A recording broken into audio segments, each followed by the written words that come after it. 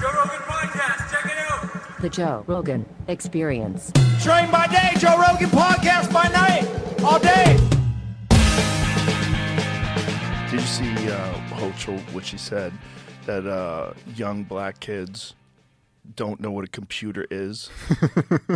Did you see her say that? No, I didn't see that. Oh my God! And all these dudes did these hilarious videos where these young black guys like got around a computer and they stared at it and bit it and took it. Dude, there's like it's like an age thing too, because that used to kind of be the line that like liberals would say. You know, the problem with black kids is they just don't have any role models. They've never been exposed to this, but that's just totally not true anymore. And sometimes now, because they're from a different generation, they'll still say that. And you're like, have you been around black people lately? But saying young, poor black kids don't know what a computer is so crazy. They've got one in their pocket. It's such a dumb thing to say. It's amazing that you could say something like that and be the governor of a major state. Don't even know what the word computer is. Oh, they're not even familiar with the term? They don't know these things. Like, is she doing a survey? Ma'am, where did you get this data? Well, this is why Malcolm X said that there's nothing more racist than a white liberal. Yes. Because of shit like this. Well, they're weak. Weak people are dangerous. Weak people that don't like strength are dangerous. They're dangerous because they want to suppress everything. That's what's spooky about it. Weak people scare the shit out of me, more than even like totalitarians do sometimes, because they eventually become totalitarian. You know, it's like the bullied become the bullies.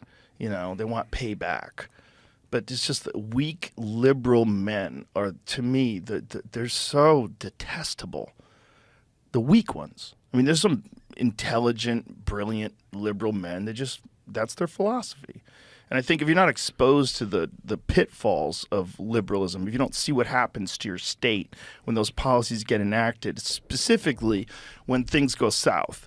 If everything was going great, like no one gave a shit who the mayor of Los Angeles was in 2015 because everything was great. Right. You know, it was like there was no problems. Obama was president. The economy was doing good. We weren't at war, really. Kind of we were, but it wasn't affecting us. Right. Well, there's something on that topic of like the weakness of modern liberals. Because I was in like late last year, I was in San Diego, and I haven't been to. I mean, I've been to LA a couple times, but much less than I used to go. Like when you were out there, and I haven't been to San Francisco in years.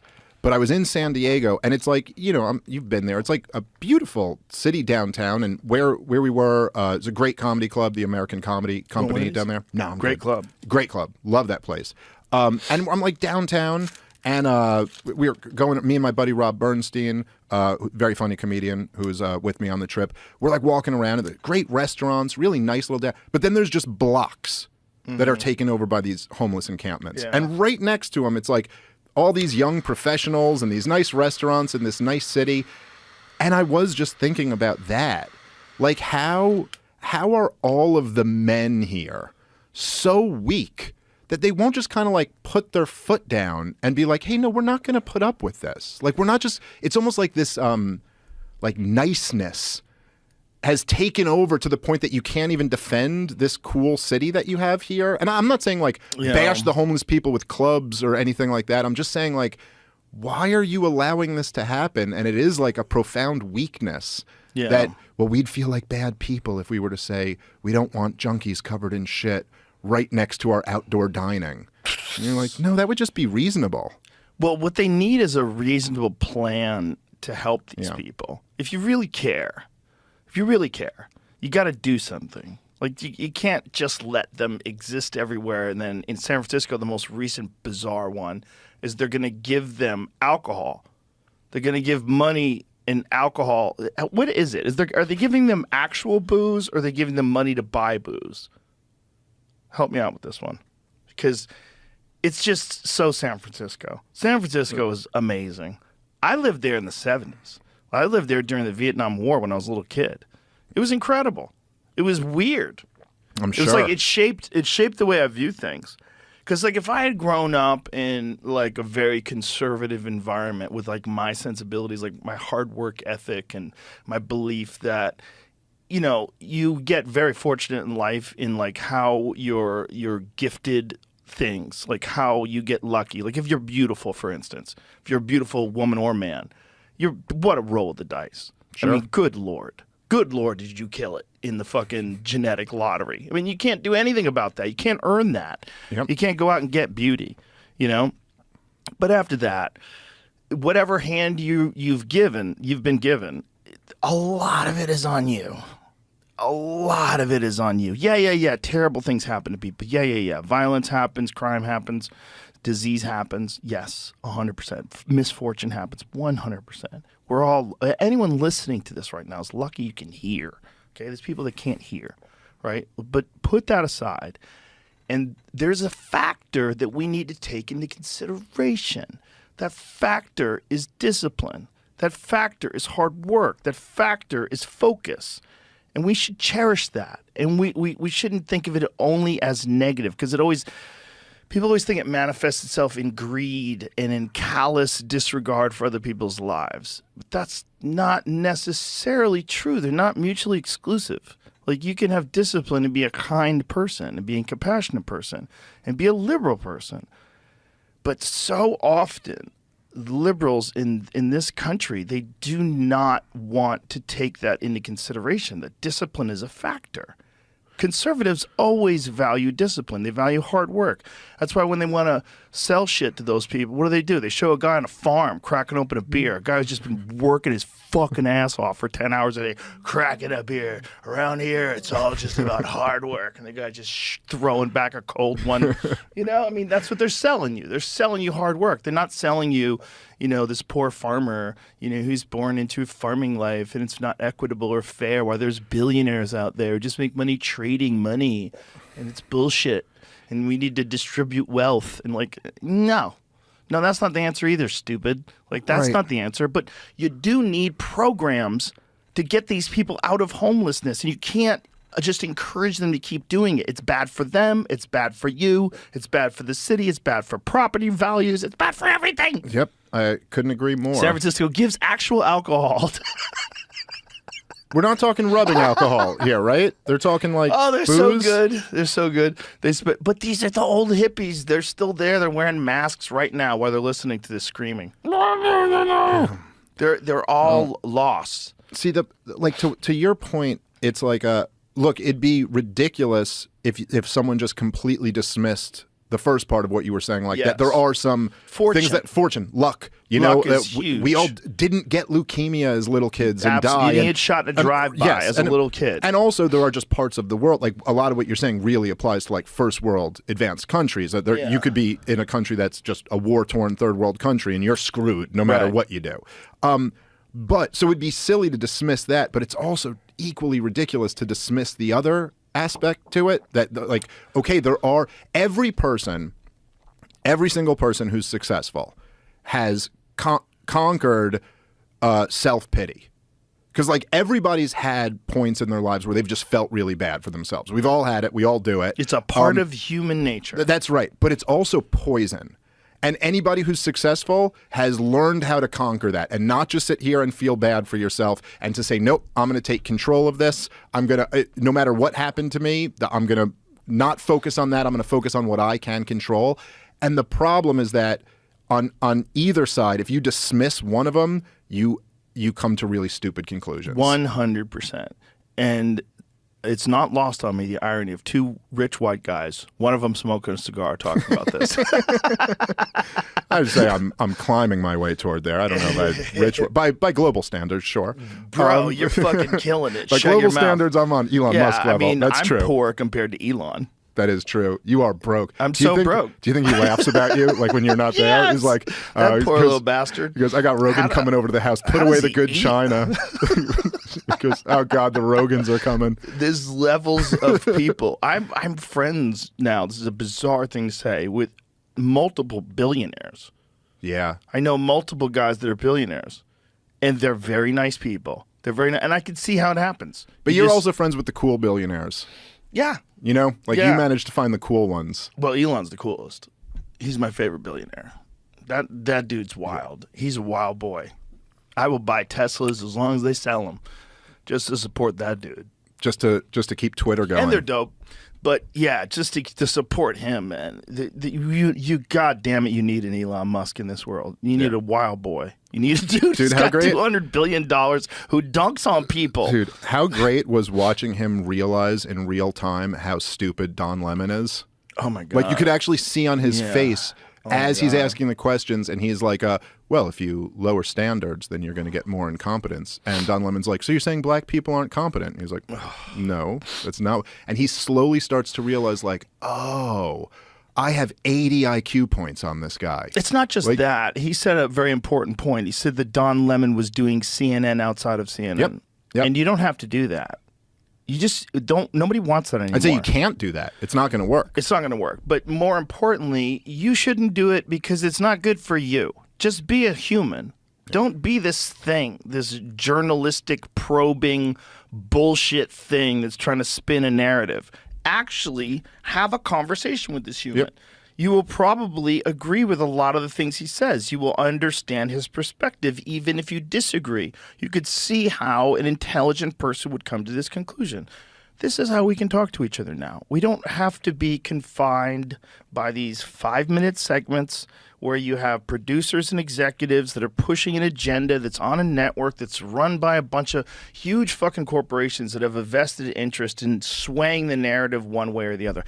You don't have to do that anymore. Yeah. That's not necessary. It's bad for people. It's bad for humanity. It's a bad way to distribute information. It is literal propaganda, whether you think it is or not. Oh, dude, I mean, I've done like a fair amount of like cable news shows, and you know, they'll do these things where it's like a panel, and there'll be like 3 people on the panel and the person hosting the show. And nothing against, like, there's some people who I really like who I've been on their shows, but it's like you're trying to talk about the most important topics, and everyone gets 20 seconds. It's so ridiculous. I want you to imagine a scenario. Imagine this scenario where COVID breaks out, and for whatever reason, the mainstream media is saying that we should be very careful about experimental drugs.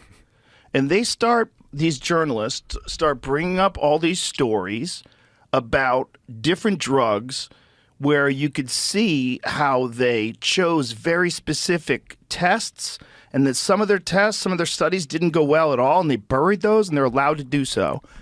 And about how they've killed thousands and thousands of people with these drugs that they knew were bad for them. And if the journalists were saying this, but the podcasters were all going, you need to trust the science. Everyone should be vaccinated. Be vaccinated or you're a fucking plague rat.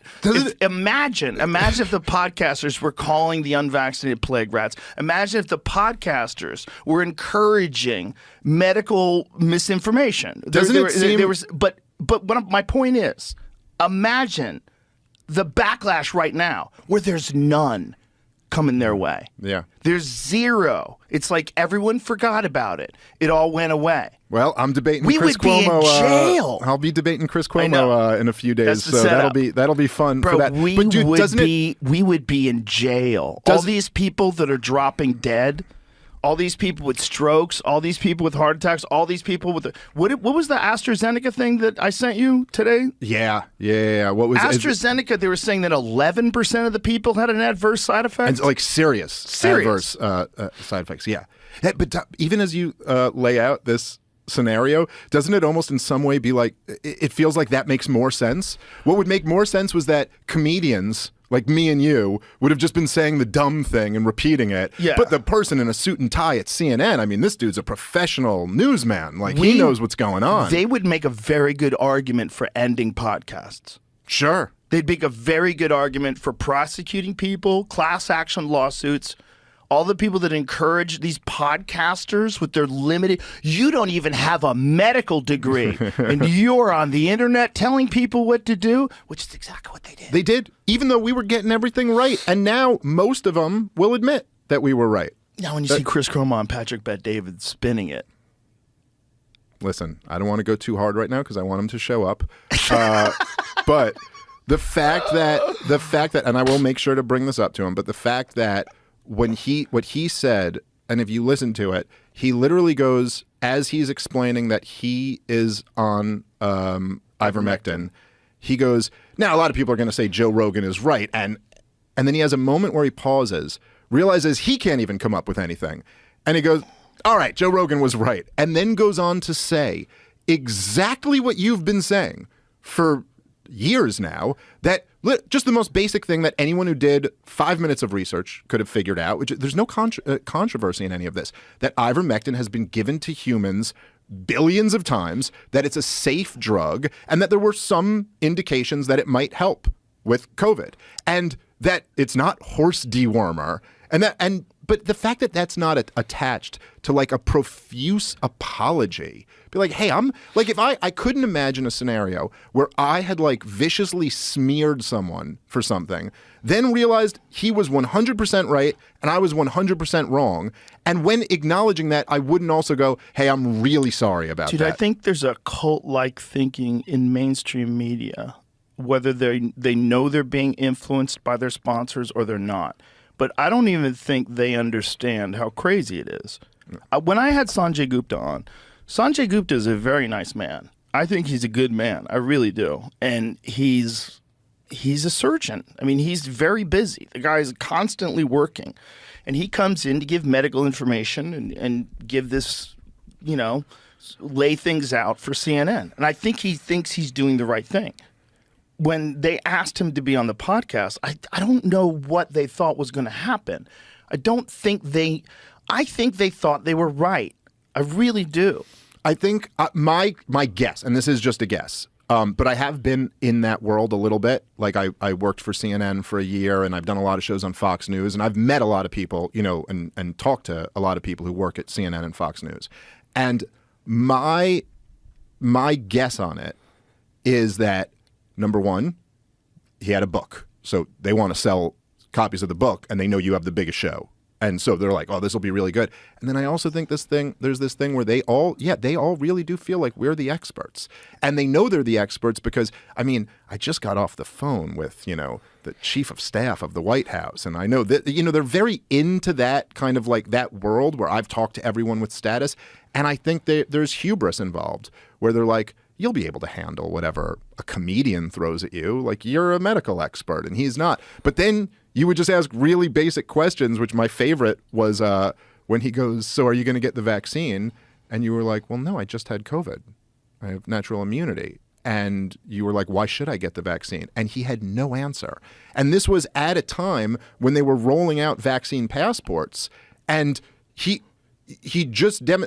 whole line was just, you have to get the vaccine or you're a bad person. This is a pandemic of the unvaccinated. And then he just demonstrated on your show that there was this huge category of people who have had COVID already, who he had no argument for why they should get the thing. But not only that, there had already been research that showed that natural immunity from previous infection was up to 7 times better at preventing new cases of Which COVID. is consistent across viruses. It's always better to have natural immunity. The vaccine is always trying to simulate natural immunity. This is what was so fucked.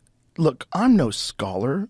I'm not a smart guy. I'm a normal person. there's nothing special about my brain.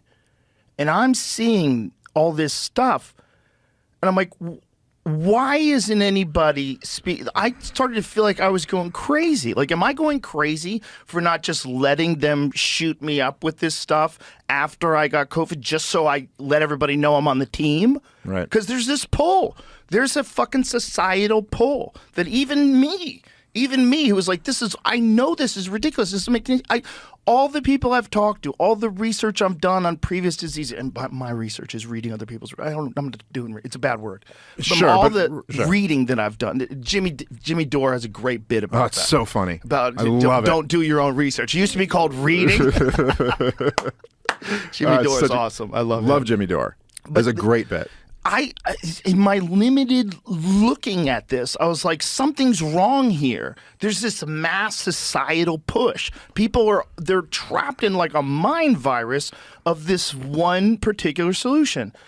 And Dr. Robert Malone laid what that is, like psychologically what happens when one thing is offered that seems to be the solution out of this existential crisis, this horrible situation that we're in. And anybody who opposes that opposes getting out. And you got to be on that side, all in. And you got to believe even in the pharmaceutical drug companies. And like there's this weird, because we're weird social psychological creatures.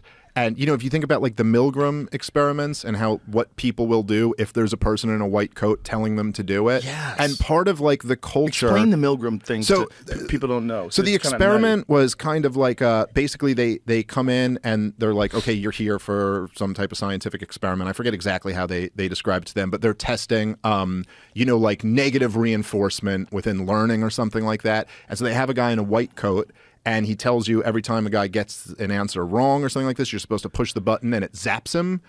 And they keep pushing the button and the person, you can't see him, but they're like behind a wall or something, keeps hollering in pain and it gets worse and worse and worse. And for the experiment, I think there were a few people who like refused after a while, but the overwhelming majority of people would keep zapping them until they seemingly died.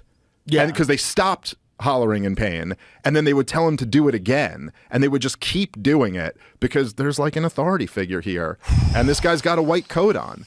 And they kind of, in these corporate media environments, and I don't want to discount, I'm not discounting the conspiracy aspect to this, because I also think there are people within these agencies who are straight up like intelligence assets and know exactly what they're doing.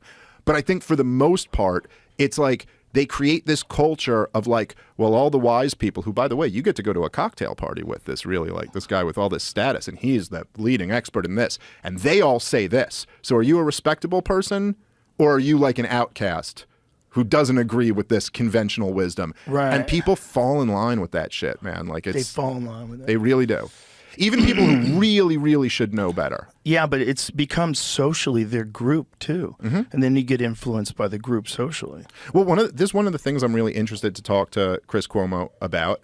And by the way, that's on Patrick Bet David's show on the 31st.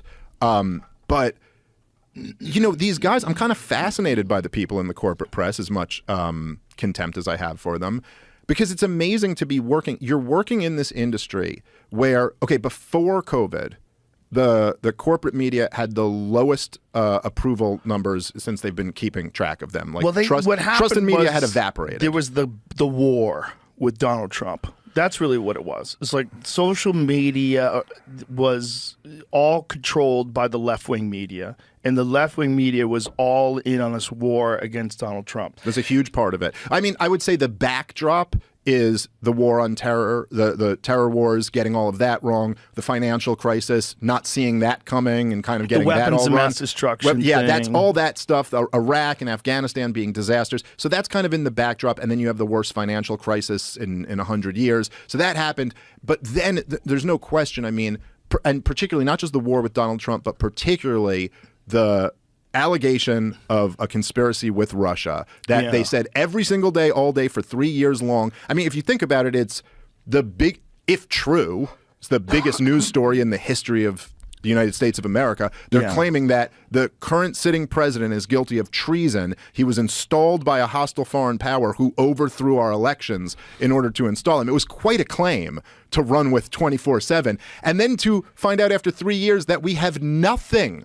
Not like there's nothing, no evidence pointing toward this conspiracy even existing. So that their trust had already evaporated. But then after COVID, but people will they still will go never on recover. Bill Maher and argue this. They'll still say there's evidence. It's like people still want to say there's evidence. They'll still say it. There's not even evidence that Vladimir Putin interfered in the 2016 election. The best they have is like there are some bot farms that they can trace to Russian IP addresses, which is like, I'm not a tech guy. Jamie, you know this better than me, but they say it's the easiest thing to fake is an IP address. The fact that an IP address traces to Russia is like almost more indicative that someone's trying to frame Russia than it is that Russia was involved. But even the guys who they got, Dude, imagine if we the found out connection that was that's like he what the knew case Putin. was.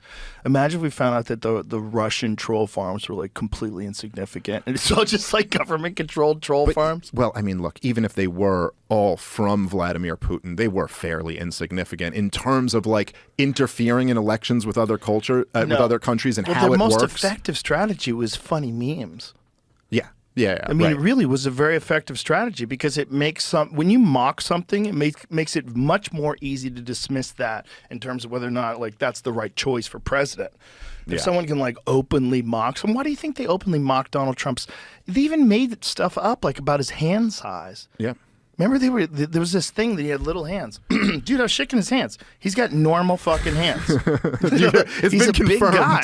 He's a Yeah. big guy. Like he's got a big hand. I was like, this is the most. I remember the first time I shook his hand, I was like, this is the most ridiculous thing. Well, look, that everybody said he has little hands. Mocking people is a powerful tool, dude. It's That's a very a crazy one because you're mocking something that someone can't change. This is always against left-wing ideology. not when it serves their purposes. Right, but that's the thing. Right. It's just like you're willing to violate the rules in order for your side to win. Because progressives have always supposed to be against body shaming.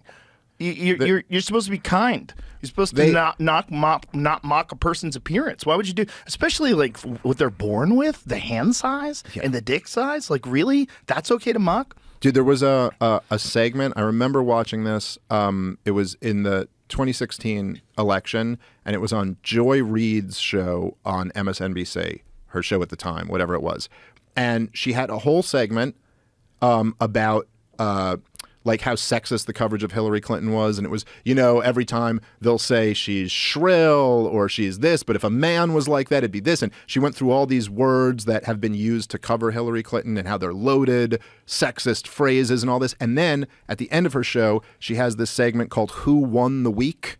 And all the guests on the panel get to pick their own, like, what happened this week.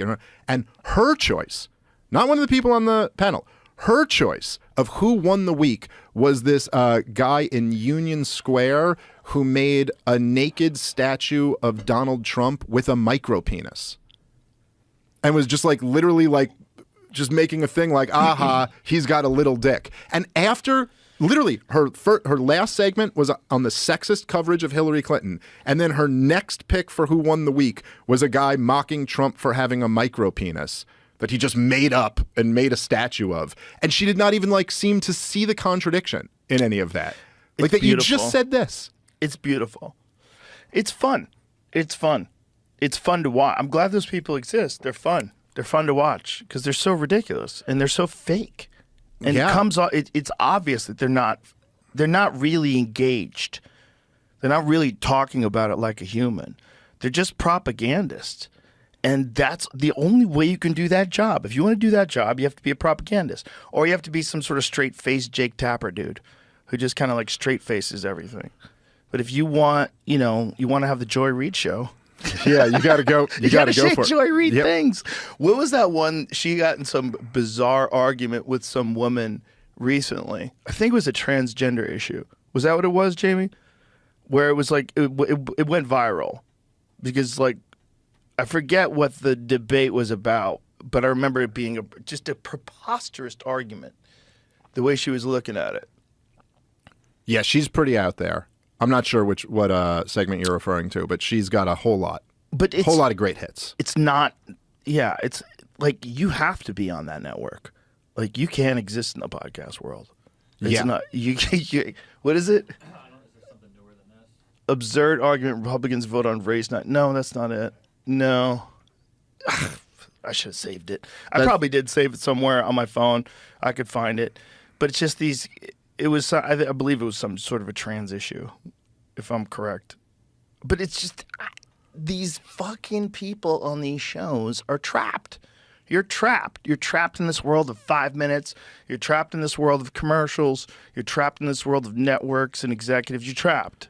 And if you want to make it, you got to be full of shit. Yeah. You got to be full of shit. That's the gig. And it's just like you point this out all the time, but it's just not enough time to have a real conversation on any of these shows. Dude, I did a debate for Zero Hedge a couple months ago on like the Israel-Gaza conflict, and it was a 2-on-2 debate, and it was 2 hours long. And the only thing I could think at the end of it was like, that just wasn't nearly enough time. It's like 2 hours and 4 people. Crazy? You get like a half hour, roughly, not, I don't know exactly if we all spoke even time, but roughly a half hour each. That's not nearly enough to go through like the history of all this shit and what's going on now and to really make your points. And that's a 2-hour debate. They'll do that same segment on the news in 10 minutes, 5 minutes. It's ridiculous. And you're like, this is insane. It's insanity. You're just trying to hit whatever the best point you can hit is. And in the same way that Twitter, I mean, now you could like post longer stuff. But you know, at Twitter, but just because it's short, it just like pushes you into like saying just whatever just can destroy that guy in one sentence. It's like it pushes you into that. It's just not. It's headlines. Yeah, that's all you can do. And when you're dealing with something like this, just the depth of it all is just so perplexing. You know, when you just lay out, like when Mike Baker's on and he lays out the history of like Palestine and Israel and the conflicts in Egypt and this and that and Hamas and Hezbollah, and he lays it all, you're like, Jesus Christ. There's so many layers to this fucking cake. Yeah. And most people are just getting free Palestine from the river to the sea. Yay. You know, you're just getting these like slogans that you yell out, and you're seeing who knows how much of what you're seeing is even real today. I mean, you mean like with the protests? The footage of things, even footage of like people fake things now, and they fake things specifically for propaganda, and then they hide things. One of the most terrifying videos I saw recently was one of the Israeli hostages. She was in the back of a Jeep, and they drag her out by her hair, and she's got blood all over her, and they had hacked her heels to make sure she couldn't run. Bro, it's so terrifying. It's so, and they're all screaming, God is great, God, Allahu Akbar. Oh, yeah, dude, I think there's a thing, I don't know if I could word this exactly right, but I think for some reason, I think comedians have this thing that they're kind of able to go to these places. Do you remember when you had Bill Burr on your show and you played this video? I don't know why I just loved this moment so much, but you played this video of a dude like ripping something out of a little girl's hand. And it was something like the guy, like she had a piece of paper or something, and he was way aggressive. I think it was a protest. Yeah, it was like a grown man going up to like a little girl and ripping it out. And you, like immediately you were like, oh man, that'd be real bad if that was my kid. Like I'd be in jail the next day or that. And then Burr was like, oh, you went to a dark place there. And you were like, yeah, I do that a lot. And he was like, I do that all the time too. Like there's just something about like comedians for whatever reason do that. Well, also parents. And, that particularly. But it's just very easy for me. I don't know why. This always just came very natural to me, whereas I think some people have so much trouble with this. But it's very easy for me to do this on both sides of this conflict, to just go, okay, like I got 2 little kids. I could just start to imagine if somebody did something to one of my little kids and I wasn't able to protect them, and what I'd be willing to do, like how dark a place I could go to. And it's just like immediately very easy to me to see how anyone in Israel after October 7th would support fucking flatten Gaza, and how anyone in Palestine after what's going on the last 50 years there would be like, yeah, I'll sign up for Hamas. I'll support these guys who are going to do this shit. 100%. Now, I do think, and this is the point that both sides. Well, both sides, 100%, for sure. Which is what's the most scary thing about the conflict. Sure. Well, that's why it's gotten to such a bad point, right? Because like this is the cycle that keeps going. But I do think this is what Daryl Cooper, who like I brought him up last time I was on. He has that fantastic series called A Fear and Loathing in the New Jerusalem, and he's just totally brilliant. I love that guy. But he said, and I think this is right, is that he's like, okay, so you can totally see where if you're on either side there, you'd just be like, I don't care, I see red, I want to kill as many of the other side as I can. But for us as Americans who are not in that situation, it's kind of incumbent on us to be like, okay, let's try to kind of have a sober analysis of this and not do what so many people seem to do, which is like almost try to just like egg on the other side and cheer on their side. Yeah. And then this total like demonization of either all of the Palestinians, like they're all just human garbage, or all Jews are whatever evil or something like this. Young kids in America who are Jewish are complicit. They're somehow or another responsible. Yeah, which is like totally ridiculous. You see Jerry Seinfeld, they're heckling at his shows now. There's like some organized protest that came to his show, and they were screaming out in the middle of his show. It's also just like, guys, like take it. Look, like I understand wanting to protest this war. I got my issues with the young college leftists who are protesting it. They're not my people exactly. But like, there's an Israeli embassy here. There's a Congress. There's like, take it at least to the halls of power. Like, I don't think ruining, like other people's ability to enjoy Seinfeld's stand-up show is really going to solve the issue. Yeah, because they're not really thinking well. No, and of course most not. of these people that do this, they come from wealthy families. They're young, really idealistic kids, and they glue themselves to paintings. And they throw fucking soup at masterpieces. Yeah. Did you see the one Stop Oil Now person sliced up this fucking painting from the 1800s? Some priceless painting. Just pulled out a razor knife and just started slashing this thing up. Isn't it weird that sometimes it feels like each side's foot soldiers are working for the other side? You know what I mean? Like when you do stuff like that, you're almost like, I just want to drill for more oil now. Well, this is the problem with teams, man. This is a problem with teams if you have a team that anybody can join. Like if the Republicans are basically like the Christians. They'll take anybody. Yeah. Anybody. If you want to be a Jew, you got to go to work, okay? You got to learn a bunch of shit. My uncle converted. It's a lot of work. They make you work. It's a lot of work. You got to fucking learn some stuff. I remember I was doing this episode of Joe Rogan Questions Everything where I was talking to religious people of a bunch of different religious sects and religious scholars. And I was talking to this one guy who was a rabbi, and there was a woman there that was converting to Judaism. And I got to ask her questions about like how she's doing it and like how hard it is. And like, it's like getting your pilot's license or something. It's a lot of fucking shit you got to remember. It's like the way citizenship is, where like when you're born Jewish, like I am, or born an American, like I am, and you're like, oh man, I couldn't have passed that test. It's a good thing I was born into this shit. It's a hard fucking test, yeah. They really, they make you work. Well, I think the Jewish one's harder than the American one. Yeah, probably. But the American one... Well, these days you could just walk in. But if you don't get walk citizenship, in, you're fucked. Yeah. If you don't walk in, then if you fly in from Europe, they're like, you flew first class. We're going to make it really hard for you to become a citizen. Dude, which is... By the way, it sums up everything about modern-day America.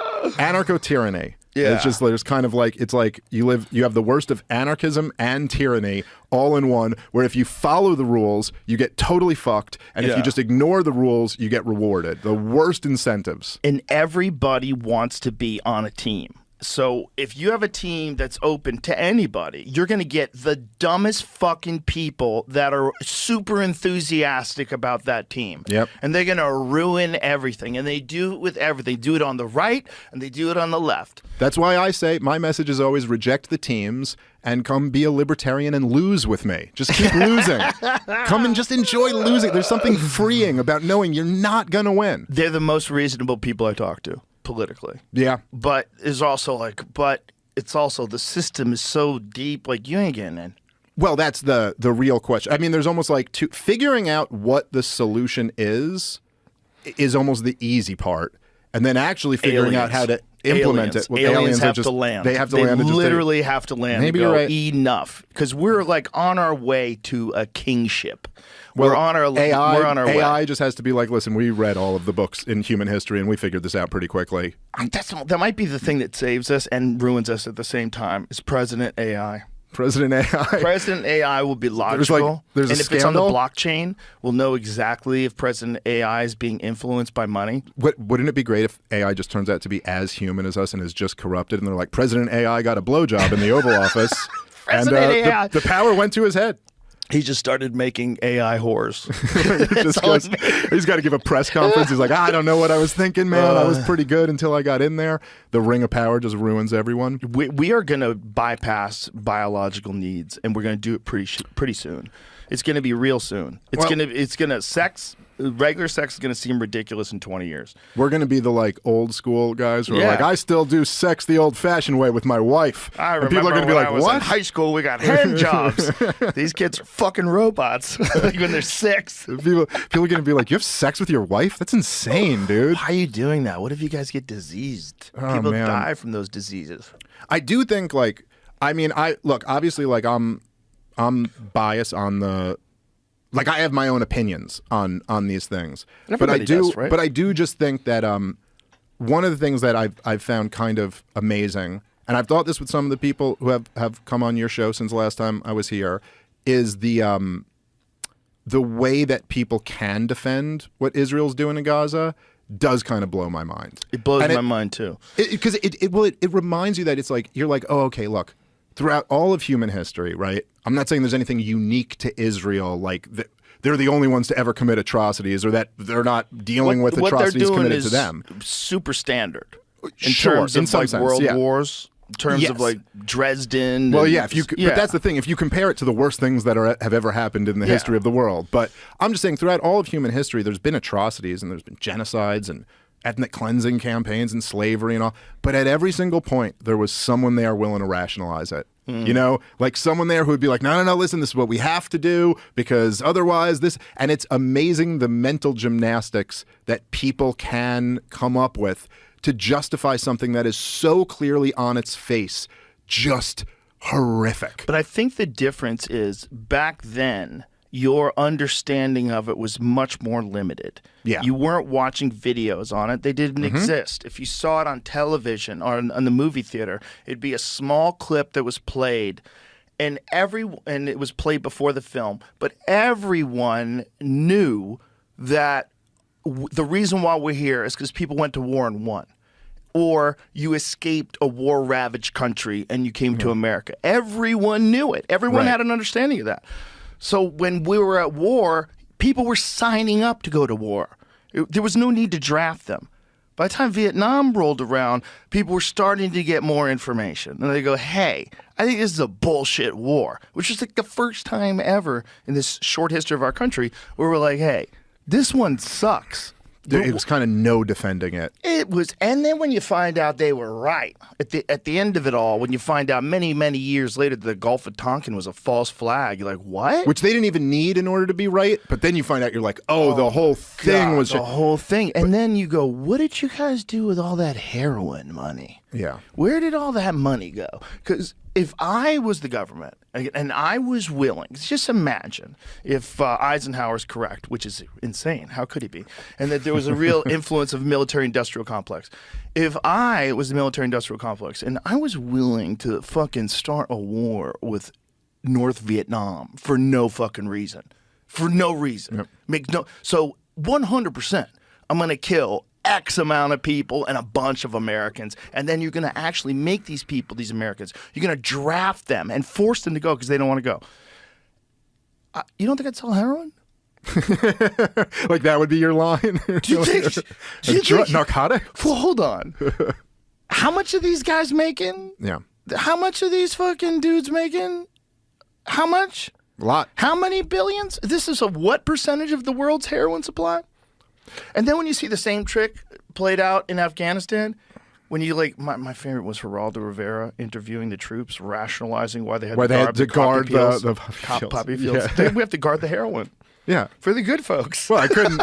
This heroin falls into the wrong hands. It could be lethal. There's no way America would sell this heroin. Yeah. There's no way. The output of heroin out of Afghanistan, I want to say it was a 96% increase. 80% global supply. You're exaggerating, Joe. It's only no. 80%. It was responsible for 80%. Ooh, yeah. They were responsible for most of the global supply of heroin, and the production went up after we invaded. So opium poppy, which grows extensively in Afghanistan's southern fields, contains main opium ingredient used to manufacture heroin. Afghanistan was previously the world's top opium producer, responsible for over 80% of the global supply and a major source of heroin in Europe and Asia. So how much did it go? Oh, plunges by 95%. When was this? Under the Taliban. Now. That's now.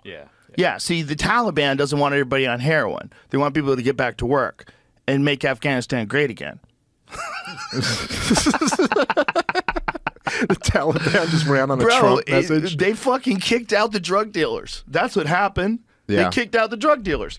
Dude, there was a giant part of the supply of heroin to the world. The idea that we are not interested in that at all. We just want to push freedom. Yeah, and I think even the people I think who are lying about this shit rationalize it in their own head. Bro, where'd that money go? Yeah, well, that's where'd all that heroin money Well, I know go? I was listening to the Mike Baker podcast you had on where you were talking about the money in Ukraine and where it went, and he was like, no, we don't really know where that. I thought one of the funniest things about that I'll tell was you where that some of it goes. Well, Well, that's for sure. I think that's for sure. The Taliban, it's not, our tax dollars have 100% paid for some cocaine. Oh, certainly. The Taliban's successful opium ban is bad for Afghans and the world. The ban is not a counter-narcotics victory and will have negative economic and humanitarian consequences, potentially leading to a refugee crisis. Unlike us leaving in the middle of nowhere, allowing the Taliban to kill all the people we worked with. But you get my point about how humans can rationalize anything. Like they could just come up with propaganda. That's propaganda. Yes, of course. Bro. That's but propaganda. Yes, that's true. That's also true. But even people who are like, I mean, look, I thought. The only way you could say that what that guy made sense is if you're advocating that heroin should be legal. Yes. But If you're advocating that heroin should be legal, and this is your full perspective, okay, now I'll accept it. But if you really think that heroin is a scourge, and if you really do appreciate that 100,000 people died last year of opioid overdoses, 100,000 is a real fucking crisis. Yeah. If there was a disease killing 100,000 people, we would freak the fuck out. Well, look, I mean, I do think there's a strong argument for legalization, but there's also a difference between that and the government kind of like sponsoring this has the trade of 90% of heroin globally and more than 95% of the European supply. More land is used for opium in Afghanistan than is used for coca cultivation in Latin America. Bro, you don't think that has something to do with it? Am I silly? No, I think it's insane to ignore that. I mean, like, Where's come on. that money? Yeah. Where's that money? So I was going to say, dude, Rand Paul, I thought this was so funny. It was during one of the rounds of aid to Ukraine, and Rand Paul stood up and said, look, we don't know where any of this money is going. If we're going to send them this money, can we at least have an inspector general so that we itemize like where all the money is going? And it failed. The vote failed. Like even in the That's Senate, communist talk. Yeah, like even in the Senate, they were like, "What? What are you talking about? Communist talk. We're gonna know where our money's going? Nah, that's lame. Yeah, we don't just send it over there. Just send them that shit. Send them everything they need and more. And then, do you have one of their flags? You should wave it around. Yeah, and we'll provide wave it the around flags. in Congress. We'll provide the flags. Don't worry. Give you flags. They're all uniform, same size. It's not like people bought them from different vendors. No, they all got them from the same. Well, they got a box of them. Hey, make sure you guys grab your flags. It's fucking bonkers. It's also just so the thing that's so wild to me is that after, and I know I've talked about this, I'm sure, on previous episodes, but just after 20 years of the terror wars and what a disaster those were, and to the point that everyone agreed. John McCain wrote in his memoir that the war in Iraq was a mistake. That's how universally agreed upon it is. Which is that hilarious. Even John McCain would acknowledge we got that one wrong. So, and it's not like anyone else is defending any of the other terror wars at this point. But then as soon as we kind of get out of them, we're not even fully out, but we're mostly out, we just get into these proxy wars in Ukraine and now in Israel that are clearly wars of choice for America. Like, we don't have to be involved in these. We're just still deciding to continue this war machine going. These last two are really important. When they get done, we're done. Yeah. That's right. These that's last right. This two. is it. This is it. Right. You know, it's anyway, man. I will say that I think a lot of the defense of the war in Gaza, which I kind of feel we are even calling a war because it's not, doesn't exactly feel like that's what the term should be. Well, it's like the Bill Hicks joke. It's only a war when two armies are fighting. Well, right. Remember that joke he had vaguely. about Iraq? They said, "Oh, Bill, Iraq is the fourth largest army." He goes, "Yeah, but after number 3, there's a big drop off." Right. He goes, "The Salvation Army's number 5." Yeah, it's a great bit. It's a great bit. Well, I mean, but he had look, some great bits about the war. But in the case of Gaza, it's not even like there's not even a government. I mean, they're a stateless people who have been captive by the Israelis since 1967. And then they're captive politically in their own country by Hamas. Right. And then Hamas does do what this accusation is, that they have their bases under schools and hospitals. They actually do that. Yeah, I think it's certainly exaggerated at times by the Israelis, but there is no question that they are. Look, they're in this. Gaza is, dude, it's 5 miles wide. I know, it's crazy. Gaza, you know, like so you could jog from one side to the other without taking a break. It's literally I would take a break. Way closer, way smaller than here to my club. Yeah. Now imagine that. Imagine like an extra 10 miles. Yeah. That small tract of land in the last 5 miles is what's getting the fuck blown out of it. It is. It's I think 25 by 5. So it's like a marathon by a jog. You know what I mean? Like that's Gaza. It's so and little. So, no, look. So I'm just saying part of this, and this isn't. I'm not like making any excuses. I mean, there's no question there have been incidents of Hamas like embedding themselves in civilian locations, but also, it's not as if they have a military or a government. It's not as if there's going to be two armies that meet themselves on the battlefield here. Hamas is essentially a gang in an Israeli prison that like rose up as the toughest gang there. And yeah, in such a densely populated area, that's the way, as they call it, asymmetric warfare is going to work. I do look, man, I took issue with like a few things that some of the guests you've had on recently have said. Like, I think all of this, a lot of times it comes down to framing, like how you want to look at an issue, and particularly the people who are way behind Israel on this, I feel like always rely on this very strange framing, so they don't have to confront exactly what's going on, and they can kind of look at it in more of an abstract, removed way. Like when you had I'm sorry if I'm saying his name wrong, but Gad. How do you say his last name? Saad. I've read his stuff before, but I always butcher names.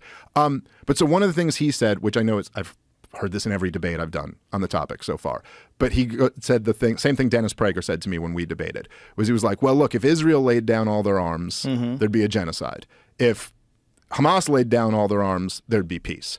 And forget the fact that I will say I don't agree with the second part of that. I don't think that's clear at all. I think if Hamas laid down all their arms, which essentially the Palestinians are as close to have laid down all their arms as could everyone be. Looking at it too binary?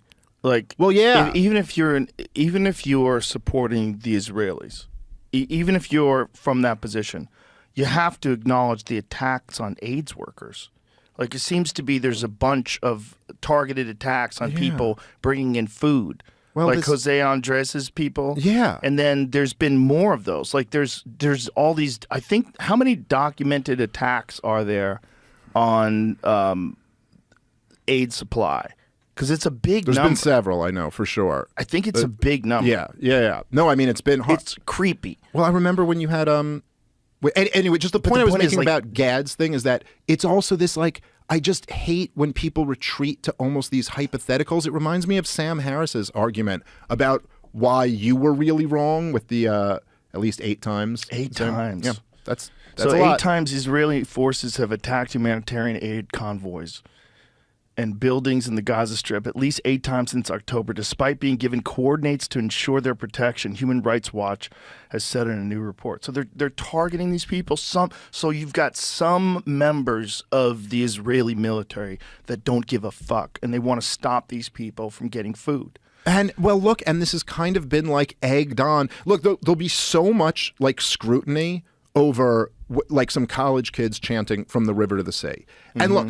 But for the record, if I was in charge of those protests, I'd say stop chanting that, because even if you don't mean it to mean genocide. The Jews are, even if you don't mean it that way, which some people will argue they don't, and that's fine. Maybe that's not what you mean. Maybe you mean is from the river to the sea, everyone will be free and whatever. Maybe that's how you mean it. But it's also the same thing Hamas chants, and they clearly mean something else when they say that. Exactly. So like maybe just use a different term. Right. You can't use a swastika for its old-timey use. Right. It's like, if nothing else, it's a bad idea. Yeah. However, for all the scrutiny there'll be over what these 20-year-olds are hollering at Columbia, when Benjamin Netanyahu is saying they're Amalek as you're going into this area, which, you know, the story from the Bible is that you're supposed to kill the women and the children.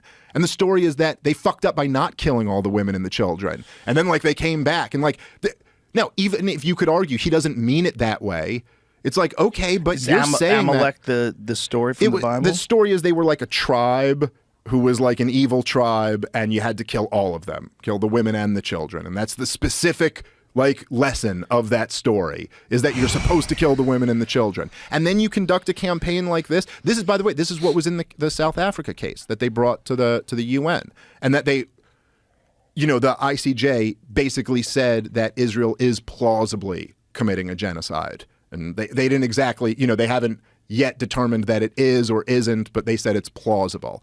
But anyway, to my point that I'm making about what Sad was saying is that it reminds me of Sam Harris, where he sits here and he goes, well, imagine this hypothetical. Imagine COVID was 100 times as deadly and the vaccine was perfect against stopping transmission and there were no vaccine injuries. Well, hey, now you don't look so good anymore, do you, Joe Rogan? No, he wasn't saying that. He was saying you could when someone's saying you could never mandate a vaccine or argue for a mandate, and he was saying if there was a vaccine, you could. He was making an intellectual argument. He's correct that you could argue that if there was a vaccine that had 0 side effects and was 100% effective, and if everybody took it, the disease stops.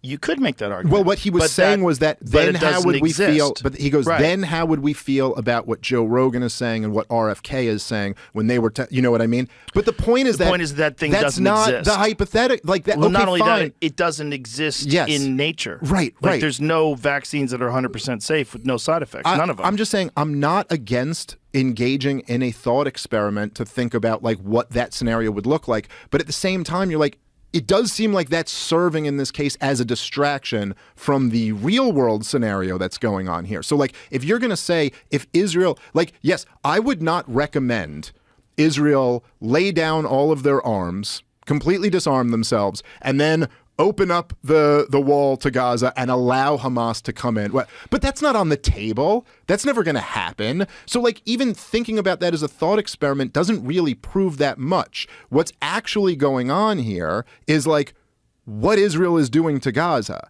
And, you know. Right. But if you could flip it around, the opposite would be true.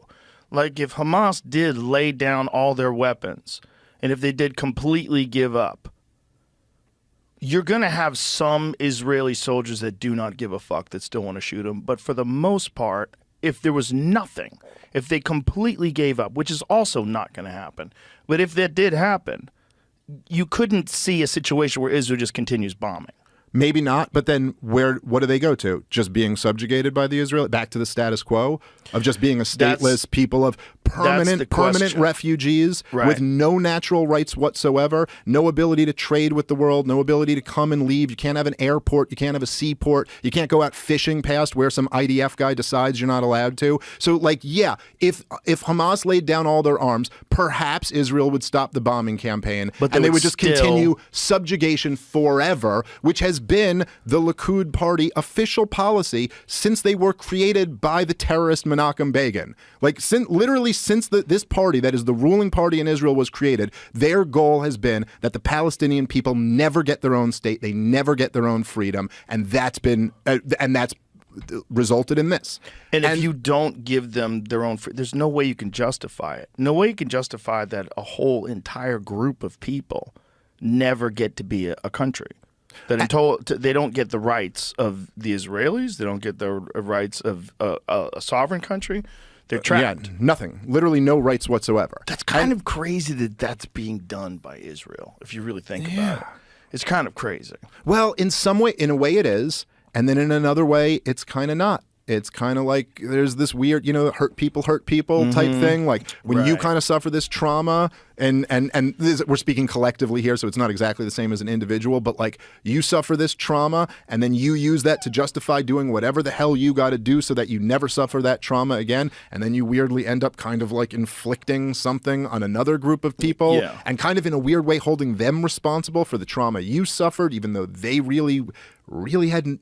Very little, nothing to do with the actual trauma. It's really an ancient kind of conflict. The Israel-Palestine is very ancient in the fact that it's like the hate between them is so strong and they're right next door to each other, which is how people used to rock it back in the day. Yep. I mean, that was the fear of neighboring tribes, that people from the other side were going to come over and rape the women and children and kill your babies and slaughter the men. And not like an irrational fear, like a fear based on this really happens. You know what I mean? And it's happening in Israel. I mean, that's what's crazy. The other thing, though, is that, and that's all true, but the other thing is that, there are these examples, right, like where there's Ireland and England, and they're right next to each other, and like things are just cool now. And France and Germany are right next to each other, and they're just cool now. And but Ireland and Northern Ireland were at war with each other forever. No, but I'm just making the point that, and then it's over, and now they're not at war anymore. And look, Egypt went to war with Israel 4 times between the it was 1948, 56, 67, and 72 or 73. Did I say that wrong? Was Ireland at war with Northern Ireland? Yeah, because they were Southern Ireland. Was they were the British controlled, like but it was really England.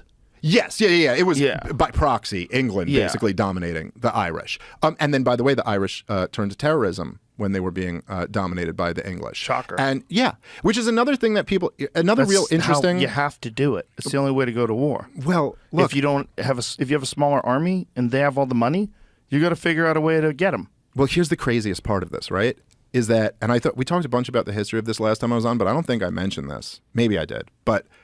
The craziest part of all of it is that the Israelis, or I shouldn't say the Israelis 5 seconds before they became Israelis, like right before the creation of the State of Israel, they embraced terrorism. And by the way, these terrorists who were the leaders of these terrorist organizations like Menachem Begin and Yitzhak Shamir, they went on to be prime ministers of Israel, but they were terrorists. And I don't mean this as a pejorative, like self-described terror, like they embraced terrorism. What was their organization called? Menachem Begin's was the Irgun. That was his militia, and then there was Lehi, or the Stern Gang, and then there was the Haganah, who was like the biggest one. And they were not quite as terroristic, but they also were involved in a bunch of it. And their justification for it was to drive out the occupying force, which was the British at the time. After World War II, the Zionists who were in Palestine had enough of the British occupying the area, and they were very angry because they had limited Jewish migration during the run-up to the Holocaust. So they had a real beef with the British at this point, even though the British had kind of like allowed them to have a chance to establish a Jewish homeland there. But so they embraced terrorism to drive them out. You can go look up the King David Hotel. Killed a whole bunch of innocent people, including Jews, in the hotel, because they just wanted to use terrorism to drive out an occupying force. And they actually introduced terrorism into that region. And many of the same tactics that the Palestinians went on to embrace were stuff that they picked up from the Jewish terrorists at that time. But then the same Israelis will turn around and be like, well, I don't know why these Palestinians have embraced terrorism. And like they're telling you it's for the same reason. It's to drive out an occupying force. Now, of course, the major difference there is that Israelis came to stay, whereas the British were there. They had this was a satellite. They had their home country back in Europe, and they could be driven out. It's a whole different thing to try to drive someone out who's like, no, we're setting up our homes here. And there's more of us. Yeah, well, not that much. I mean, there's Palestinians and Israelis is pretty close if you count all of them. Well, you're also backed by America. Well, that's the major difference. Well, that's basically my essential argument, is that America shouldn't be playing this role. Well, and this is being argued out now. Yeah, this is a big point of contention now politically, right? Because the Biden administration is not giving the same amount of support to Israel that it was. They've been giving, basically. I mean, what's really going on is that Joe Biden, this is a disaster politically for Joe Biden, and something like, I'm looking at the polls recently, like 50% of his base. Different Twitter followers. Because what do you mean? My Twitter feed seems like he's doing a great job. Really? It does. Yeah. He's doing excellent. He's totally got it down. There's a lot of people that are arguing that. Did I say? I sent you jobs. I sent you his latest a clip from his speech that new Biden just dropped, and it's the newest. Yes. The newest one. He goes, and by the way, it's not. He meant to say, I think, financial crash, but he said pandemic. But he said during the pandemic when he was vice president, Barack Obama sent him to Detroit, and you're just like, dude, what? Why did he send him to Detroit? Why would they send you to Detroit to deal with COVID? Now, I saw someone saying that perhaps it was the H1N1 pandemic, which did happen during the Biden administration or during the Obama administration when he was vice president. I think he was talking about. He would have probably said a previous pandemic. Yeah. The point is just that he does it so much. Remember back in 2009? He's out of his fucking mind. If it was occasional, people would let this stuff go. Yeah. But anyway, just to the look. I also thought, because some of these guys, by the way, you've had on your show, like I like them. I'm not even like, like Coleman Hughes. I don't know him personally, but I like him, and he seems really smart. And I haven't read his book, but I bet I would love it. Well, I think you two together would be a fascinating conversation just about the Israel-Palestine conflict. Yeah, well, I would love to have a conversation because I think he's a good faith guy, and I think and he's very smart. But he also kind of, there were two things that kind of rubbed me the wrong way when he was on the show. Number one was that he started by kind of getting into this argument about, which I see a lot of people who are supporting this conflict doing. The argument about like, okay, well, here are the number of total civilians dead, and here are the number of Hamas militants dead, and let's look at that ratio, and then is that ratio that far off from what you find in a typical war? And there's a few problems with this. Number one, the numbers are totally unreliable. And so you're having this conversation. Sides, right? Yes, on both sides. I mean, both sides are totally incentivized to exaggerate the numbers. And also, in the fog of war, it's very hard to keep up with these numbers. We never really know the numbers of dead in war until like years later when the excess mortality is calculated, and then you get a better idea of what was really going on there. The Israeli government talking about the number of Hamas militants they've killed seems to be them just pulling numbers out of their ass. Like they drop these bombs. They don't know how many, who got who, and who was a part of. Are they going in there and checking dog tags? Yeah, they're not. You know what I mean? But anyway, but even that, even if the numbers were right, it's like, look, dude, if you look at the population density and you just look at the number of bombs that Israel has dropped, and you just see a lot of the footage that we've seen, and you just listen to stories that doctors are telling. I literally just saw an interview a couple weeks ago with a doctor who just got back from Gaza, and he was talking about how they have a major anesthesia shortage over there. So just think about the implications of that, like what that means. It means they're operating on kids without anesthesia. You know what I mean? It's just so the point is that if you're talking about, okay, well, this many Hamas people are dying compared to this many innocent babies are dying, that's not the question. Okay, like when you're inflicting this level of human suffering on people, the question for any decent civilized person is this absolutely necessary? Is this the only way to do it? Is there any other option besides doing this? And as soon as you frame the question that way, you realize that, oh yeah, there actually is. And that it's not true that there will just be October 7th after October 7th if Israel stops doing this. The fact is that, of course, Netanyahu's never allowed a real investigation into October 7th to happen. But everybody pretty much concludes that Israel dropped the ball in a massive way, that their security was just in shambles, and all they really needed to do was not rely so much on these, machine gun robots and have actual soldiers at the border. They could easily just stop this right now. Wasn't there an issue of protests where the soldiers were allocated towards? Yes, yes. It's basically they had as a result of the protests against Netanyahu, he had started to ally with some even further right-wing groups than he normally would have, and to appease them, he was pulling soldiers off of the Gaza border and putting them over toward the West Bank, which is what the religious Jews on the right really care about. And yes, they basically got caught with their pants down. But I'm just saying they could just stop doing this. It's not they all die or they keep doing this. They could stop, and Israel can still protect itself. In fact, I'd argue their security would be enhanced if they stopped doing this. But the other thing, which you brought up to Coleman Hughes, was that you mentioned to him, which you said, what about didn't Israel like prop up Hamas? Wasn't that part of their strategy for a while? And I'll give him the benefit of the doubt, and maybe he just doesn't know about that detail of this as much, because if not, he was kind of being dishonest. But maybe he just wasn't familiar with all of this stuff. But he kind of went, you said that, and then he kind of dismissed it by saying, well, there's a quote that's attributed to Netanyahu, but it wasn't on videotape. So like essentially being like, we don't really know if Netanyahu said this or not, and then just kind of moved on to the conversation away from that. But I found this in all of my debates that I've done on this, and I've done like 8 debates on this since the war broke out. Everybody on the pro-Israeli side does not want to grapple with that point, because it really is like it's a narrative shattering point once you acknowledge it. But so but if it isn't on videotape, he has a point as well. So here's the deal, right?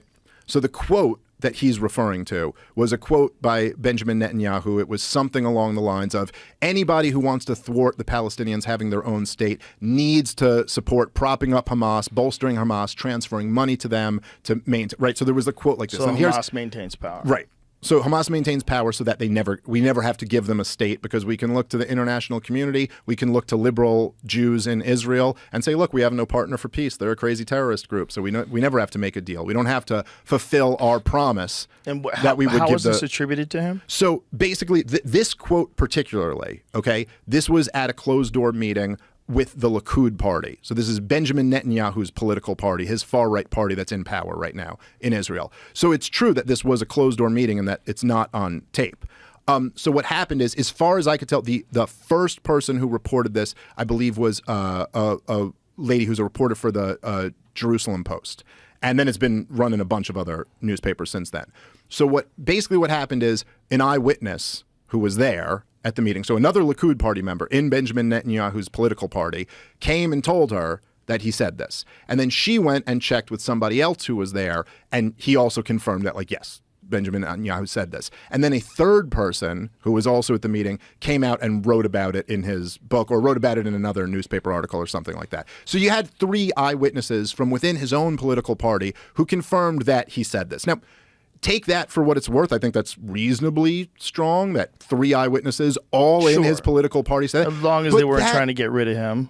Because you can get more than 3 people to say that Donald Trump was in collusion with Russia. Sure. So even say if you don't trust them, Coleman acted as if that's what the entire case is built off of, which is just not true at all. It's not just this one Benjamin Netanyahu quote. It's dozens and dozens of quotes from Israeli leaders all throughout the political spectrum. There's been reporting on this done by almost every major Israeli newspaper. Haaretz, Times of Israel. The Times of Israel on October 8th had a piece by Tal Schneider, which was how how Netanyahu's support for Hamas just blew up in his face. It was the next day. And because even critics like Ehud Barak, who was the former prime minister, he's a Labor Party, he's a critic of Benjamin Netanyahu.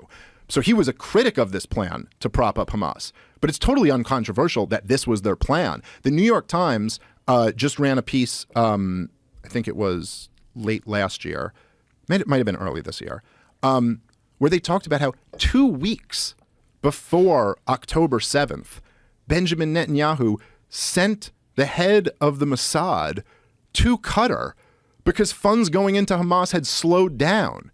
And he sent them in there to make sure the funds continued. It's the case for this is overwhelming. It's not like relying on one.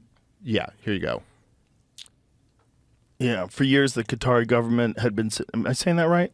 Is that how you say it? Qatari, I think, is Qatari correct. Government had been sending millions of dollars a month to the Gaza Strip, money that helped prop up the Hamas government there. Prime Minister Benjamin Netanyahu of Israel not only tolerated those payments, he had encouraged them. According to Times, Israeli intelligence agents traveled to Gaza with a Qatari official carrying suitcases filled with cash. Yep. Suitcases, like a mafia movie, to disperse money. Retired Israeli General Shlomo Braun described the logic of Netanyahu's position. One effective way to present a 2-state solution is to prevent a 2-state solution is to divide between the Gaza Strip and the West Bank. If the extremist Hamas ruled Gaza, then the Palestinian Authority, a compromise comprador government? Is that how you say it? Comprador? I don't even know what that is. Comprador government with a tenuous hold on the West Bank would be further weakened. This, according to Braun, would allow Netanyahu to say, I have no partner. And so that's okay. So that's essentially the point there, right? So that's a strategy. He can say, I have no partner for peace, which is the Israeli line that they like to use. So basically, okay, in 1979, the Egyptians and the Israelis met at Camp David, and that's when they worked out their peace. Now, their peace also just involved basically that the U.S. would pay them both off. We'd give them both $3 billion a year in perpetuity if they stopped going to war with each other, basically. And part of that was that Israel promised that they would eventually give the Palestinians a state. Like, it was recognized by D.C. at the time, this is Jimmy Carter, that, like, you got to give them a state because otherwise this fighting is going to continue on and on and on forever. So they promised that. eventually they would give it to them. This is the Yasser Arafat days. This is before Yasser Arafat was like the guy, but he was alive. But then in the 80s, Yasser Arafat basically rejected terrorism. He had been involved in terrorism before that. He rejected terrorism and he recognized Israel. I think it was in 1988. He recognized Israel's right to exist under 1967 borders. So basically, Israel has the right to exist, but we have the right to Gaza and the West Bank. The ultimate of compromises from the Palestinian perspective, because, a lot of their more hardcore guys are like, no, all of this was ours. Right. We shouldn't have lost any of it. And now even the original U.S. partition plan, which was rejected by the Arabs for fairly good reasons, they rejected it because it gave 55% to the Jews and only 56% to the Jews and only 44% to the Palestinians. And they were like, but we're like 90% of the population here, or 90% of the landowners here, or whatever. And it's like, this isn't fair. But now at this point, they're talking about 78% versus 22%. So they're accepting 22%. And so that's Yasser Arafat in the late 80s. And then this is what set the stage for the Oslo Accords in the early 90s. And this is like famously when Bill Clinton has Yitzhak Rabin and Yasser Arafat over, and they shake hands and they sign these deals. And the promise again from Israel was that we're starting the peace process to eventually give the Palestinians their state. This is the process. And there were steps along this process. Okay? Now, in 1996, Benjamin Netanyahu becomes prime minister. Now, the same year in 1996, there's this letter. You can find this on the internet. It's called A Clean Break, A New Strategy for Securing the Realm. And it was written by Richard Pearl and David Wormser and a couple other people. Of course, Richard Pearl and David Wormser both went on to be very influential neoconservatives in the George W. Bush administration. So they write this letter, not to President Bill Clinton and not to Bob Dole, who was running for president on the Republican ticket that year. They write this letter to Benjamin Netanyahu, the new prime minister of Israel. And basically, if you read it, what they say is that they're like, look, you guys are all caught up in this peace process thing where you're talking about giving the Palestinians land.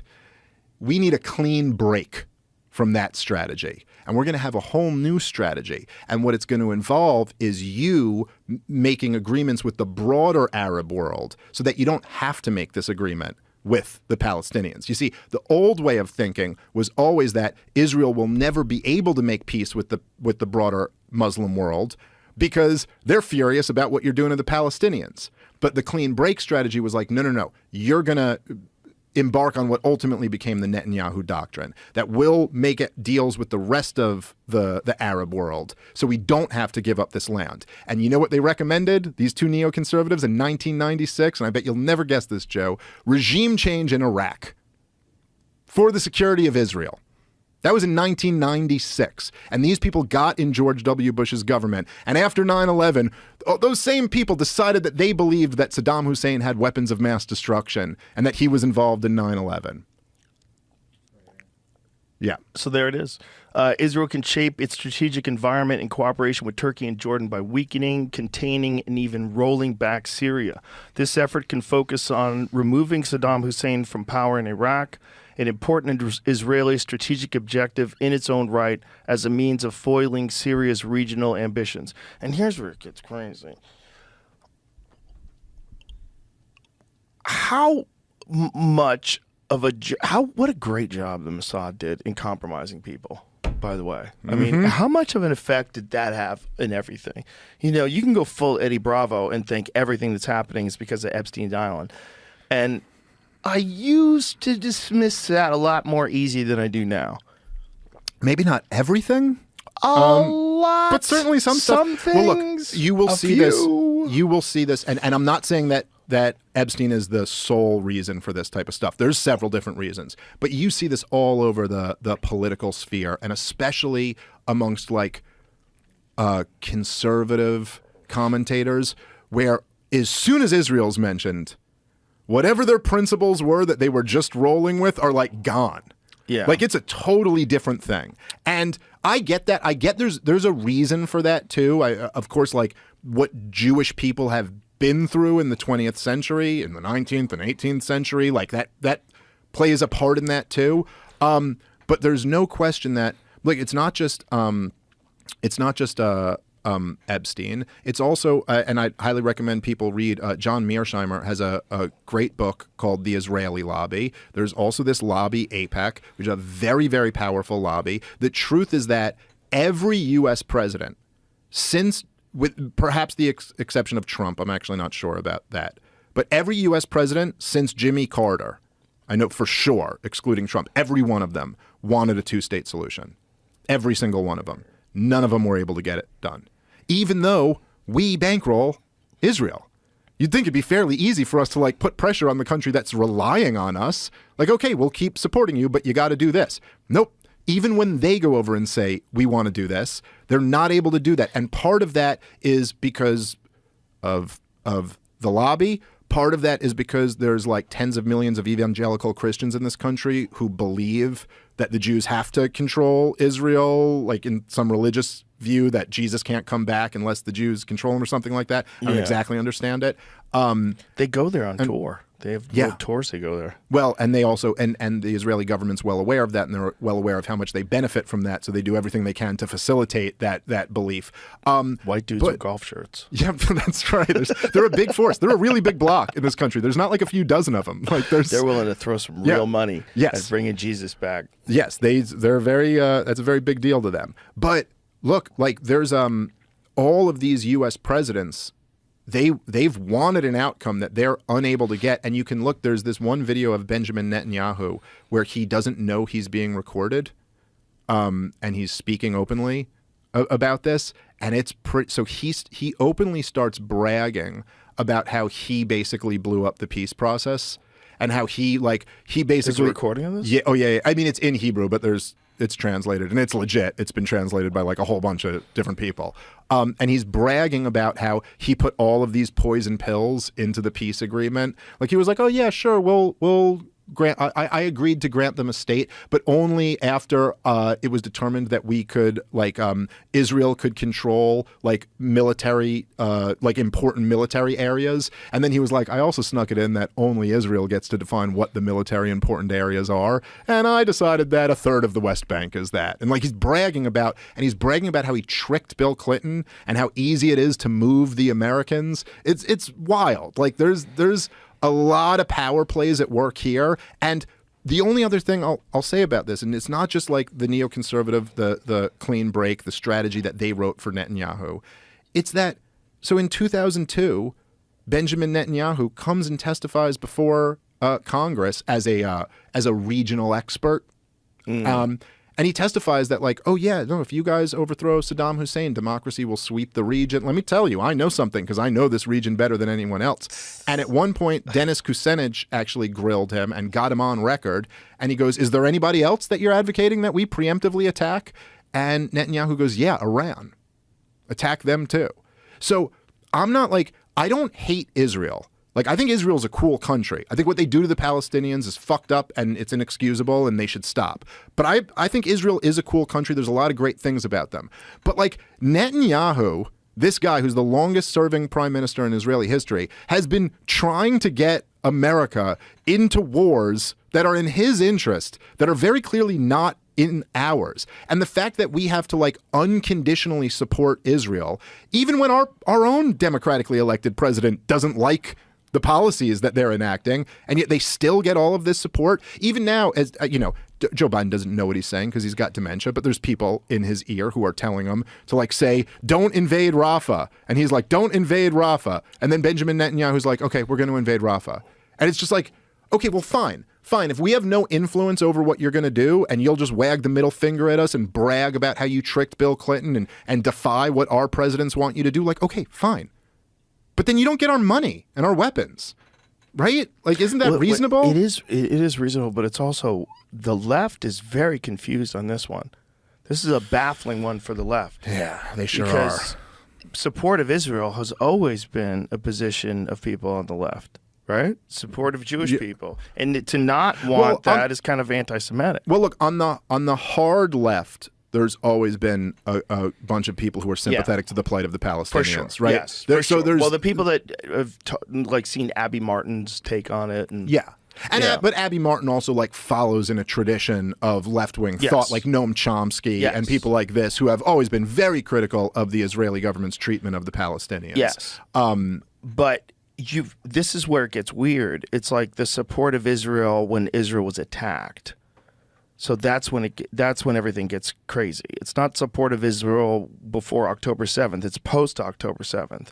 So now you have hardcore lefties who are now they're like the majority of the young people now. It's a big thing in this country. In universities, it's crazy. I mean, they're going nuts.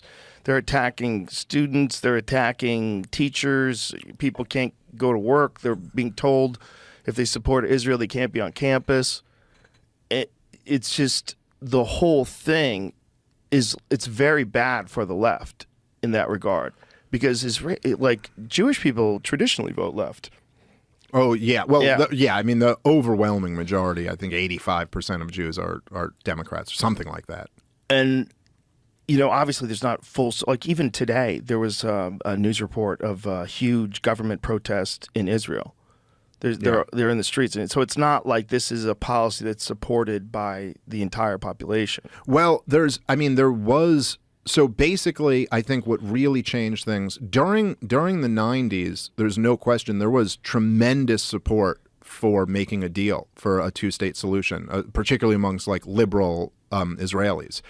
And they're basically, so Yitzhak Rabin got assassinated by a right-wing Israeli who was furious that he was a traitor for making a deal with the Palestinians. And that took him out. And then when Netanyahu came in, and then ultimately, I guess it was Sharon who was in the year 2000, and there was another meeting at Camp David where, what people will say, which is just not true, but what a lot of the people of the pro-Israeli side will say is that they offered them everything. Right. They offered the Palestinians everything they wanted, and they just turned it down. And it's all slogans. It's like they never miss an opportunity to miss an opportunity. But if you actually look into the details of all of it, even Shlomo Ben-Ami, who was the acting foreign minister at the time involved in these negotiations, he even said in his book, and he said it in a Democracy Now! Interview, that he would have turned down the deal too if he was Arafat, because the deal was just so removed from actually giving him his own state that it was like, it was an insulting offer essentially. But when those negotiations broke down, and then it was after Sharon had this visit to the Temple Mount, which really inflamed tensions, when the negotiations broke down, then the second Intifada started, and there was a big wave of terrorist attacks. And that, in the same cycle we were talking about at the beginning, that did a lot to turn a lot of liberal Israelis off of the idea that, like, well, there's no negotiating a peace. But it is worth noting that whenever there were negotiations going on, the support for terrorism, the support for Hamas and groups like that always plummeted. And then whenever the negotiations broke down, the support for those terrorist groups picked back up again. Because the big problem here is that you're just... when you take away the dangling carrot in front of an oppressed people, like you let them know that there's no hope, that you're going to live in subjugation for eternity. That's a very dangerous situation. That's when people will turn to really, really dark means. And that's, essentially, look, Netanyahu's, like what became the Netanyahu doctrine, and a lot of this culminated in the Abraham Accords, which a lot of Trump supporters will brag about. They'll be like, look at all these peace deals that Donald Trump worked out in the Middle East, except the problem is that there was no war between any of the countries that he worked out these deals. It was just kind of like normalizing relations between Israel and these other Arab countries around them. But what was the reason why relations weren't normalized? It was because they were pissed off about Israel's treatment of the Palestinians. So basically, Jared Kushner's brilliant idea, along with Netanyahu's, was that, oh, well, if we just bribe all of these countries with U.S. taxpayer dollars or weapons, we can get them to look the other way and say, screw the Palestinians. We'll make a deal with the U.S. and with Israel. So they did that. And Netanyahu was bragging about this. And Netanyahu, just a couple weeks before September 11th, right around the time that he sent the head of Mossad into Qatar to make sure the money kept going to Hamas, He went to the UN with a map of Greater Israel, and it was all Israel. Gaza, the West Bank, and what is Israel proper, all Israel in his map. Like they were just bragging to them like, haha, you guys lost. You get nothing. That's it. Nothing. This map of Greater Israel, this is something that he's proposing for the future? This is in, as much as people will point to the Hamas founding charter and it says from the river to the sea or whatever, and that's true, at least their original one, but that's in the Likud founding documents also. In different words, but it's basically from the river to the sea will be all Israel, which is what it has been, since 1967. And again, by the way, I'm not showing trying to up with a map. Why would he have a? That sounds like a plot in a movie. Sure does. This is all of ours. Well, I do. No deals. Yeah. Well, right. Something like that. It does. It sounds like a bad guy in a movie. Well, look, I also don't want to because there are people who also jump to like other conspiracy theories that I don't think are right. They'll say kind of like what one? Well, because Netanyahu was supporting Hamas and because he was using them kind of as, you know what I mean? Like, oh, good, we'll keep these terrorists over here so that they're not linked up with the people in the West Bank over here. And then I get a certificate. I forget the exact phrase, but it was, I think he said at one point, I have a no partner for peace certificate signed by the president and both houses of Congress. Because look, I don't have to ever do a two-state deal. But then people will jump to the next level, which is that like, oh, he wanted October 7th. There was a stand down order. This is why it took Israel so long. Yeah, it's a black flag. That or a false flag. Flag, right. That I don't think is right. Or at least I haven't seen convincing evidence that it is.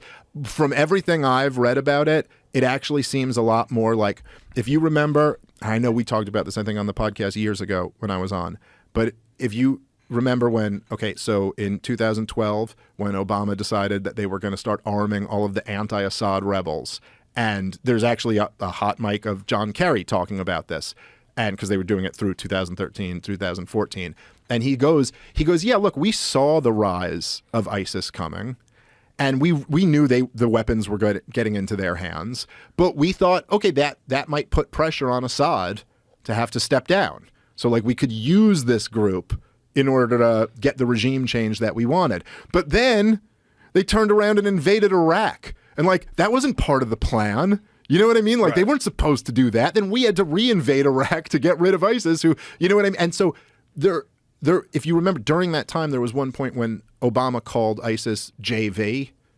It was like kind of like insulting them, like, listen, these guys, and you could kind of see where Obama was coming from. He's like, I don't know, I'm the commander-in-chief of the United States of America's military. I'm worried about ISIS. These guys are nothing compared to what the power that we have. And there's a lot of people at the highest level of the Israeli government who spoke exactly the same way about Hamas. That's the Benjamin Netanyahu quote that he says, we can control the height of the flame, when he's talking about propping up Hamas. He goes, don't worry, we can control what they're able to do and what they're not able to do. These guys are nothing compared to our strength. But there was tremendous hubris in it. Let's take a what if. Sure. What if they decided on a two-state solution as it currently stands, and they just let the people run it however they want, and Hamas takes over the whole Palestine, and Palestine becomes a country controlled by Hamas, and then they start doing trading with other countries, and then they start acquiring weapons, like real sophisticated weapons like Israel has, where the Iron Dome is no longer successful. Right. So this is kind of the counterfactual that a lot of Israelis will rely on to say, well, look, we can't give them their own state because what if when they get their own state, they decide to do this with it?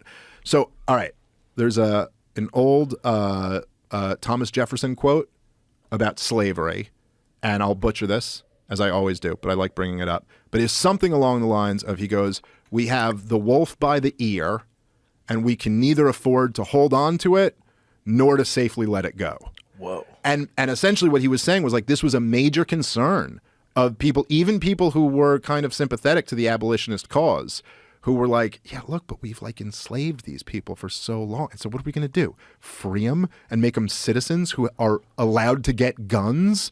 Like, they're going to be so furious at us. They're going to come kill all of us. And you can kind of see... Especially when there's way more of them. Well, especially you have a plantation, and how many right, slaves right. did you In have? certain areas, you And might those have had people all get together and organize. Yeah, and get so guns. you could see where that could have been You a can see why realistic they have concern. A really good point too. Right. But at the You know, same the time, dude who whipped you lives in that big White House, and now you've got a shotgun. yeah, so there's no question there's a concern about that. However, I also think looking back at it, most people in modern times would say, gotta let 'em go. but you can't enslave people, Guess man. what? You fucked up. You yes, shouldn't deserve that house in the first place. And look, I also do think that You better get the fuck out of Dodge. Like the way Daryl Cooper says it, which I actually think is a reasonable way to put it, is he goes like, I heard someone ask him that question once, and he goes, okay, well, if that happened, then we're having a different conversation. You know? But that's not the conversation right now. Yeah. The conversation right now is about Israel dominating these people in perpetuity. But I also do think that I think that groups like Hamas get their strength from the fact that there are so many people who want to resist this total domination by the Israelis. You know, it was General McChrystal. He's not a libertarian dove like me, not like some comic idiot like me who's just like, I'm against war. General McChrystal, who was running the war in Afghanistan before he got caught saying bad things about Obama and got kicked out of there. The Rolling Stone story. Yeah, the Rolling Stone story with Michael Hastings. the late, great Michael guy Hastings. Who, might have. Yeah, I don't know about Who that. knows? But General McChrystal, this tough, hard-nosed general, he was the one who coined the term insurgent math. And he said, what's 10 minus 2? Now, a lot of you might think it's 8, but the answer's 20. When we're talking about insurgents, 10 minus 2 equals 20, because you kill 2 insurgents, and each one of them had brothers and uncles and nephews and friends, and now they all join up the resistance movement because they're all so radicalized by the fact that you just killed someone they loved. And this has been the nature of this dynamic from the beginning of it. And so, yeah, it's like just saying that to the concern that if Israel was to grant the Palestinians their freedom, that what if then this led to like some swelling in Hamas? I think the truth is that doing what you're doing now is much more likely to increase Hamas or Hamas-like organizations. Right. Because there's, So they're basically, it's like credit card debt. It's like basically they keep using their credit card and they're never going to be able to pay off the debt. It just keeps rising and rising and rising, and your monthly payments keep getting higher and higher, and you're fucked. Yeah. But again, like I will say that the one nice example, or the one silver lining to all of this, is that there are so many examples throughout the world where things were so off. I mean, you just never could have imagined that like Germany could live right there in Europe next to all these countries. They just went to 2 world wars with each other. You know what I mean? But they do. They travel by train to visit each other. Yeah, that's right. And They eat in everyone's their friend. restaurants. Dude, I went last year and did like stand up in I went to London, and then you get on like a 45-minute flight and you go over to Ireland, and you're just like, oh, you guys are right next to each other. Everyone's just coming out to the shows, and we're having fun, and it's just cool. And like, so there is something beautiful about that, where in the moment it seems like this could never be solved, but like that's not necessarily true. The truth is that most human beings are incentivized by wanting to live their life and wanting to take care of their family and wanting to, you know what I mean? Like, and if given an option to do that rather than losing their sons in war, a lot of times they'll choose that. But in order for that to happen, look, Israel has all of the power and the Palestinian people have virtually none. The only thing they have the power to do is to, I guess, support these acts of terrorism, which are essentially like celebrating losing. It's so sick and dark that you're like, aha, we'll kill a few of your people and then get way more of our people killed than you. It's just like, that's the only thing they have. Aside from that, every peaceful effort that they make ends up being violently suppressed. And Israel has all of the power. And in order to get to that step, it's on the ones with the power have to make some concessions. And the only way to get there is for Israel to like at least get back on some path toward like, hey, we are going to give you like your sovereignty at some point. There was some recent discussion of rebuilding Gaza where they were talking about what they could do for that area once they rebuild it. What's the plan on that? Well, there's been a lot of different like things floated out, and of course Israel is always kind of talking out of both sides of their mouth. So like on one moment they'll be like, we just want Hamas, we just have to get Hamas out of there, and then they'll be like, well, we really do think that every country should take in a fair share of the Gazan people. Like they're floating out the idea of just cleansing the entire area. I know that the UN, I think, recently said that it would take 80 years to rebuild Gaza. And I don't know if that, I don't trust UN numbers exactly. Rebuilding Gaza, 2 decades, they said? $50 billion over 2 decades. Well, someone just got paid. Well, right, exactly. So what's the That's real... also a thing, but right? nobody... Rebuilding is very profitable. Well, that's for sure. Yeah. Oh, there's money to be made in the destruction. There's money to be made in the rebuilding, and people will make that money. But I think that the truth is that Israel has not at all laid out what the end game of this is, other than this assertion that we must get rid of Hamas entirely, even though U.S. and Israeli intelligence have both said that that's impossible. It's not an achievable task. Hamas is popping back up in the areas that they've already leveled. And they could go into Rafah. I'm sure they can kill some Hamas militants in there, but Hamas or Hamas-like groups are coming back. How many do you think they've killed so far? No idea. And I don't think they know. What are the numbers of I Hamas think that exist? They've claimed that they've... I saw like at one point they said they've killed 8,000, then they said 10,000, then 14,000. I don't know. Honestly, I have no idea what the real number is, and I don't think the Israeli government knows, and I don't think I think probably the Gazan health ministry doesn't know either. It's like very difficult work to, while this is all going on, identify bodies and figure out how many of them are dead and how many of them were joined up with Hamas or weren't. You know, Hamas is also not like, it's not a government. It's not like as if there's like, it's not like, okay, if you were like, say, tracking like in America, there was a big, like explosion, a bunch of people died, and you could look at like DNA records and who was enlisted in the military, and you could just like match them up against each other. It's not scientific like that, or at least it's much more primitive than that.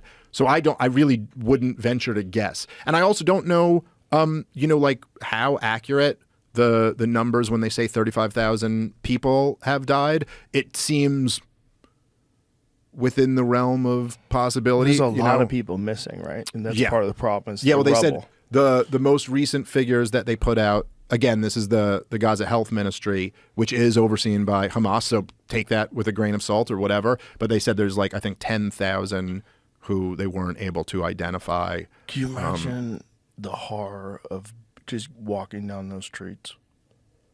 So if there are 10,000, that means how many of them can you smell?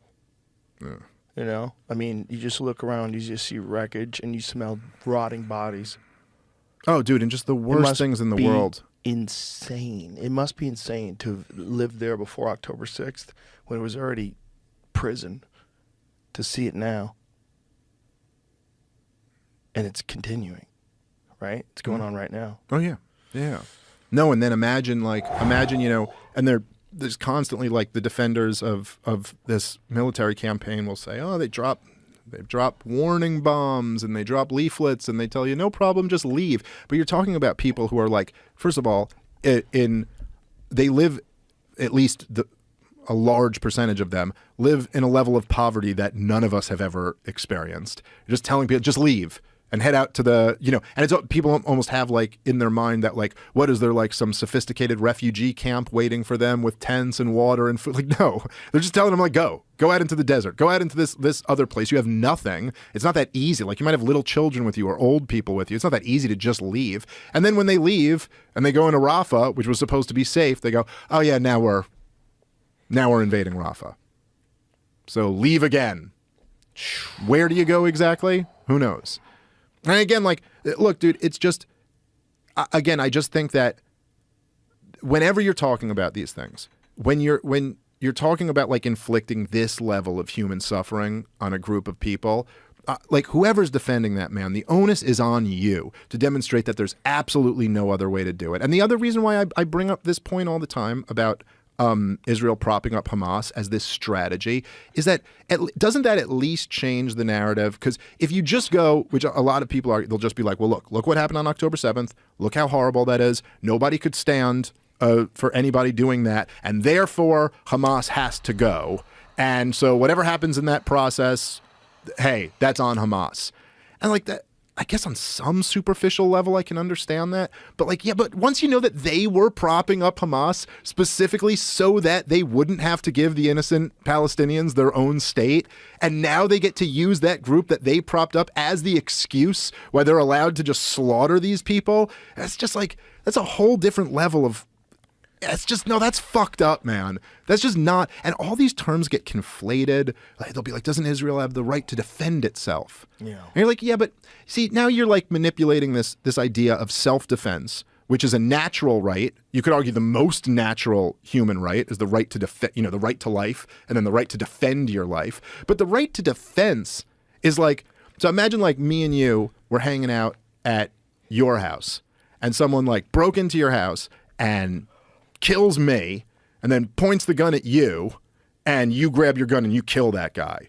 You'd be like, well, yeah, you had the right to defend yourself. You know what I mean? Like he's on your property. He broke into your property. He just killed your friend. He's trying to kill you. And you're like, no, you have the right to defend yourself. No question. But, or you could even argue, right? Say like in the human shield example, he's holding a little baby as he's shooting at me, and then shoots at you, and you shoot and you hit the baby and him. You can say, hey, that's horrible, but that was on him. But no, now you're talking about like a guy breaks into your house, shoots and kills me, runs and leaves, retreats back to his house where you know his wife and his 5 kids are. And so you blow up the house. And you're like, well, look, I have a right to defend myself. And you're like, okay, but now, this is a slightly different concept than just like the right of self-defense as we all understand it. This is more like the right to revenge, the right to justice, which, okay, I believe in justice, and I think all of the people involved in October 7th should face justice for what they did. It's a horrific terrorist attack.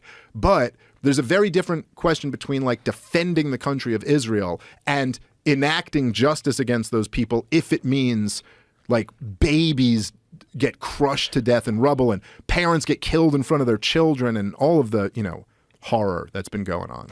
What do you think Hamas thought Israel was going to do? This. I think this was the plan. So you think they wanted Israel to do this? Yeah. I think Hamas doesn't care about Palestinian life. And they I think I think the goal in asymmetric warfare is almost always to provoke an overreaction out of your opponent, right? So like Osama bin Laden never thought he could destroy America by taking down the Twin Towers, but he thought he could lure us into a war in Afghanistan that could bankrupt our country, just like he was trained by the CIA to do with the Soviet Union, right? Like that was kind of the plan. And likewise, I think that Hamas knew that Israel would overreact in this way and look what's happening. Totally turn global opinion against them and put themselves in more jeopardy than they've ever been in. There's almost nothing that anyone else could have done to Israel that would have put that country in more jeopardy than what they've just done to Gaza. This is like never going away for them. And I don't think a lot of Israelis or pro-Israeli Americans have really grappled with this fact. Like, you could get into the semantics of arguing whether this is a genocide or not a genocide, which I never get into, by the way. I just don't care about whether you call it that term or call it a different term. Whatever it is real. But the fact that the International Court of Justice ruled that this is a plausible genocide is so wild. That they ruled that the Jewish state is committing a genocide?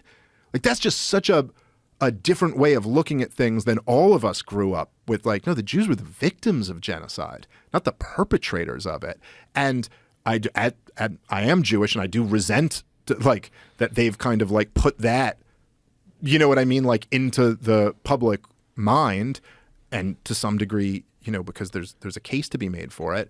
But Israel is really playing with fire here, and I think they're in a more precarious position than they've ever been in my lifetime, for sure. Jesus Christ. What do you think happened to that Iranian dude? You know, I think that's just a crash in the fog. I think so. That is kind of my Like you know, of course, you always in some weird perverse way want the more exciting story. Hey, bro, don't fly in the fucking fog in a helicopter. How about that? Well, I asked a few of my real smart friends, like I was calling them about it. I called Scott Horton earlier today, and I was like, "What do you think about this?" And he was like, "It does seem like bad weather." And like he was like, because they couldn't even like recover it. You know what I mean? Because the weather was so bad. Right. And also, it's not taking out the Iranian president doesn't really do anything anyway. Ayatollah is who has the control. Leader They'll put another president in, and it'll be the exact same thing. And I just don't think my guess is that it was just bad weather. But I'm totally open to. There might be some evidence that comes out that it was something else. It's always more fun to think it's some secret squirrel shit. Yeah. I think this one might have just been bad weather, though. It turns out it's really not safe to fly a helicopter in bad weather. No, it's fucking terrifying. You can't see. You fly right into mountains. Yeah, you know? that's not good. No, it's not good. I don't know. Do you fly on helicopters, Joe? I have. Yeah, they don't make me feel good. Yeah. The people tell me they're fine. They know how to do it. They're safe. They know how to auto rotate on the way down. Yeah. Yeah, no, whatever, bro. That thing seems weird. I'm sure that's what they told the Iranian president. Well, I mean, do they have helicopters that can operate through the clouds just like an airplane does? Right, where they know exactly where they are at any given time? I don't know. I have no knowledge on this subject, but I just feel I've never been in a helicopter and I don't want to. It doesn't seem like as sophisticated a method of flying. I just feel like helicopter-less life has been going pretty good for me, and I'm just going to keep riding down this path where you don't go on helicopters. Burr has a license, and he took me up. Really? Yeah, Bill Burr. He's really good at flying helicopters. It's one of the handful of times I've been in helicopters with him. We were flying around downtown LA. You can just fly around. That's what's weird. They don't tell you where you can go and not go.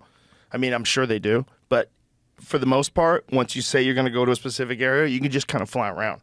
So really? It's weird. So you have a helicopter because they're below the airplanes. I don't know why I was already scared of the idea of flying in a helicopter, but flying in a helicopter that's being piloted by Bill Burr is just the scariest thing in the world to me. Like you just get pissed off at something in the middle of it. He's like yelling, and you're like, "Dude, focus, man." No, he's very focused when he flies a helicopter. He's very, very serious about it. But he took me around these buildings, and you're just flying around buildings in downtown LA. I'm like, this is crazy. You just fly right by these skyscrapers. I mean, that does sound cool. It is cool. But I don't want to do it. It's kind of beautiful. Like you're just flying around, and it's kind of leisurely because they don't go that fast.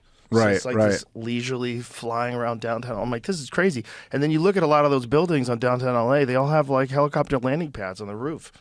I'm like, this is bonkers. Yeah. I mean, I understand the appeal from him. That does seem fun. Yeah, it's fun. But then, you don't want to end up like this Iranian guy. Yeah. There's Bill. Yeah. Fucking Bill Burr. Yeah. I'll fucking show you how to fly this helicopter with my fucking... Oh, how dare you wear that paperboy hat when you made fun of me? You made fun of me famously, so I had a little rascal's hat on. Oh, look at it. This is like after that he went and bought the hat. Yeah, it's a good look. Yeah. He's awesome. Him and Tim Dillon are the very best at ranting like by themselves on a podcast. They're the only podcast that I listen to where a guy just goes off 100% by himself.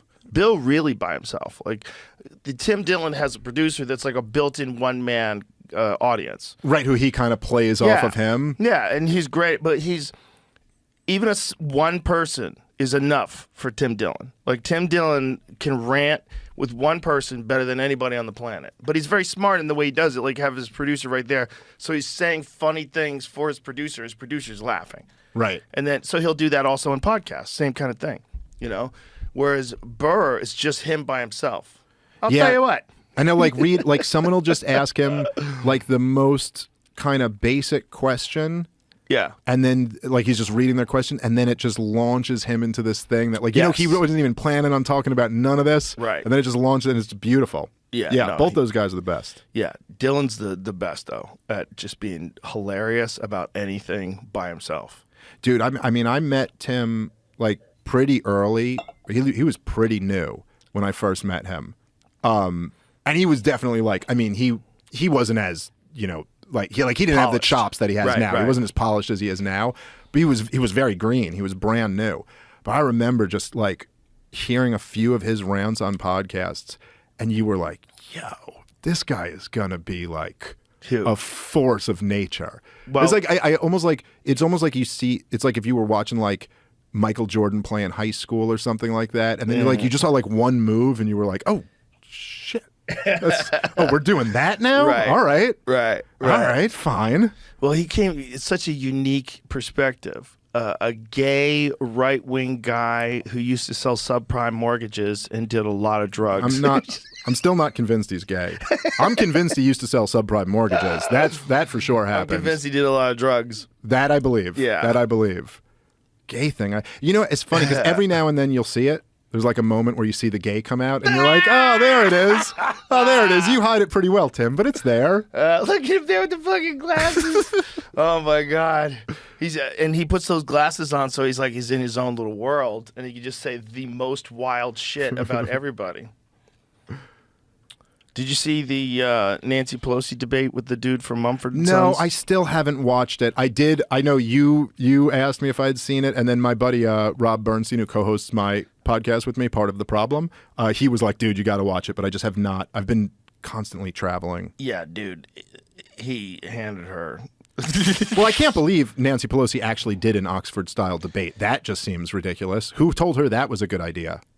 I don't know. I mean, I guess she thought Winston is just like this fucking musician. Isn't he a banjo player? What's going on here? Pelosi interrupted by anti-Israeli. Pelosi rebuked to her face during Oxford debate after condemning Americans clouded by guns, gays, God. What? What does that mean? Clouded by guns, gays, God. What does that mean? What is it? What does that mean? She's so crazy. Guns and gays and gods. Oh my God. Challenging Pelosi's position in the debate about populism. Winston Marshall, a musician who was once part of Mumford & Sons, now hosts the Marshall Matters podcast for The Spectator, spoke in opposition to the Oxford Union motion that this House believes populism is a threat to democracy. That is a crazy argument, that populism is a threat to democracy. Well, like, I swear to God, whenever you hear people like Nancy Pelosi or Hillary Clinton or any of them use the term democracy, just in your mind, substitute what they mean by democracy is our rule over you. And like, in a sense, that's what they mean. It's like, oh yeah, populism is a threat to you guys ruling us. Yes. And that's kind of true. That's exactly what she's saying. She just doesn't know she's saying that. I will say this, there's a really great debate. I believe it was the Monk. It was between David Frum and oh God, I'm blanking on his name. Trump's big advisor. Oh man, I'm blanking on his name. I'm usually pretty good with names, guys. But what is the guy who masterminded Trump's 2016 campaign? Yeah, Steve Bannon. Steve Bannon. So Steve Bannon and David Frum. David Frum was a speechwriter for George W. Bush, and Steve Bannon debated populism, and the crowd was so hostile to Bannon. And he actually did a very good job in the debate. I highly recommend everyone listen to it if you're interested in this stuff, because he basically laid out how the whole Trumpist populist movement is a result of your failures. Like, who are you, George W. Bush speechwriter, to look at us and say, like, why is there this populism? Gee, I wonder why. Maybe it's because the elites mismanaged everything. And so then there was like a movement that rose up like, hey, these elites are screwing you over. Populism is, it's not a sign that you have a healthy society. It's a symptom of a cause. It's like, it's in the same way, I know me and you have talked about this a bunch before, but in the same ways when all these people will be like, we need to have trust in our institutions. And you're like, well, yeah, but we also need institutions that don't lie to us. And when they do lie to us, you can't turn around and say, hey, you have to trust these institutions. Like, no, the problem started with you not being trustworthy. Yeah. Not with us not trusting you. I think people are starting to understand that better now.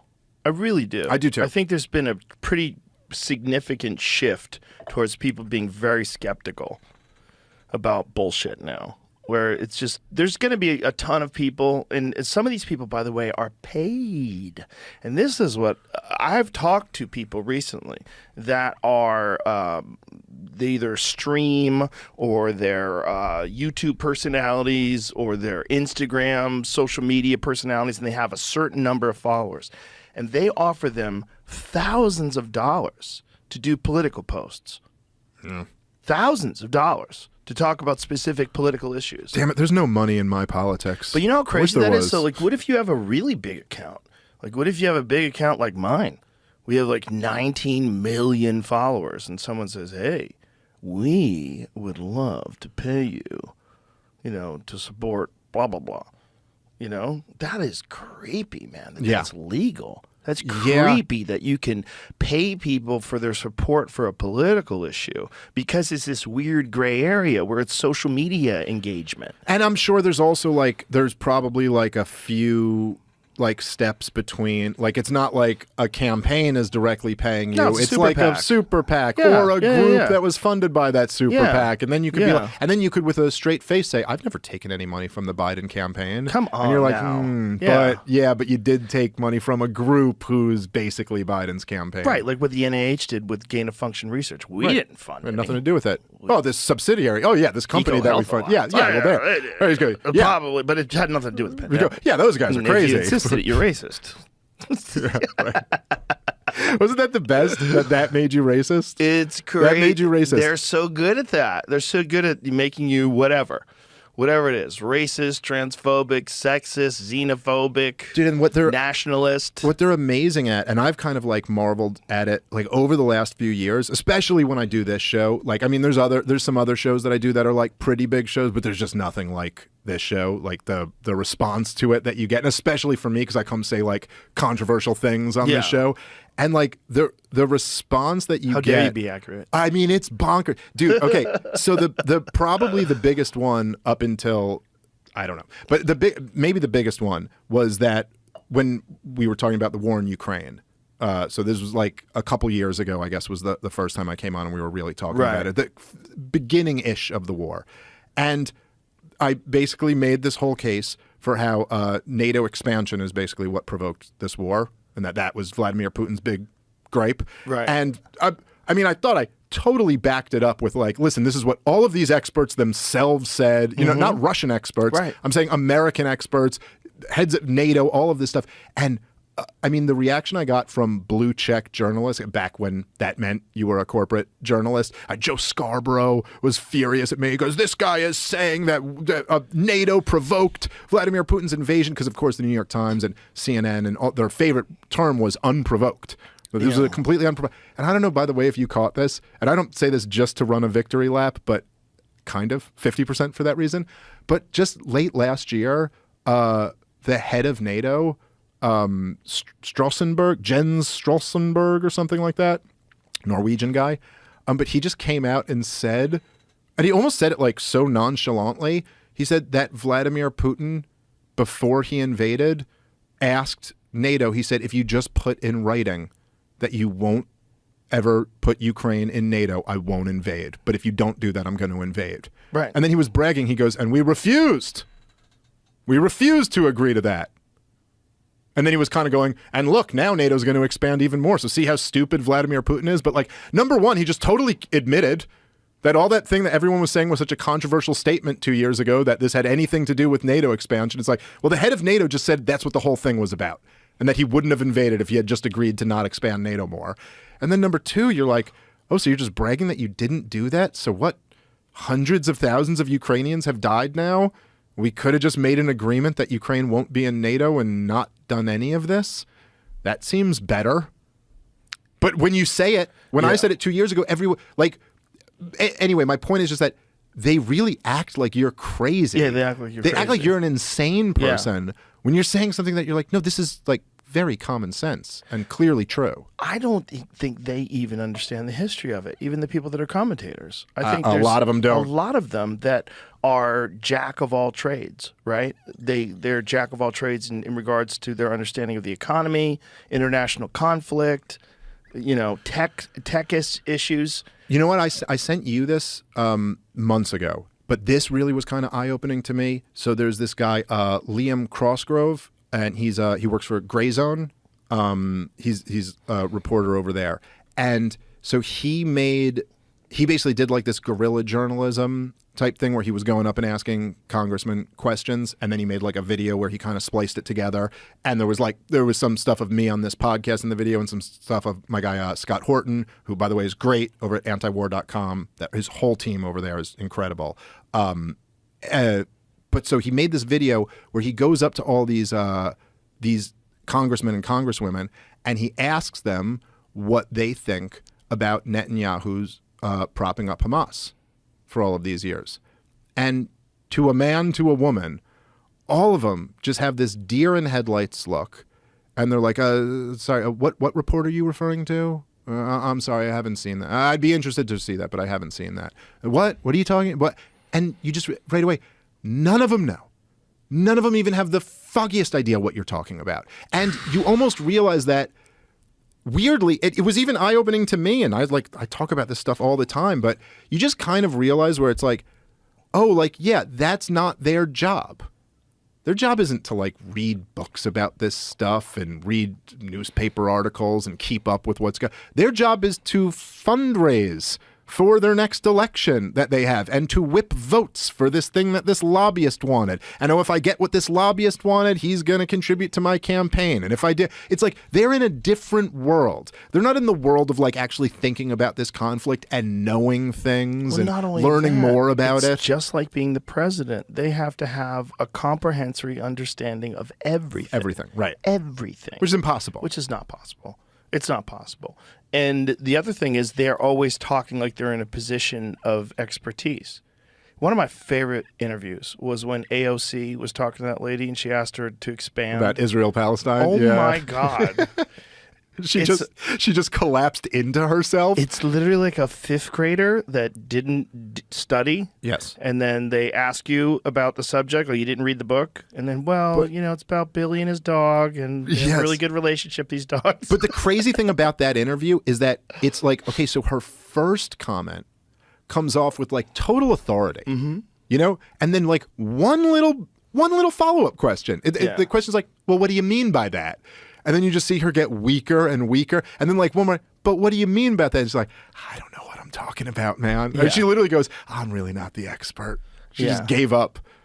But she kept going before she gave up. She tried. And you're supposed to know about that if you're going to talk about that. And it's not that hard to educate yourself on it. Well, no, a little bit at least. I mean, try.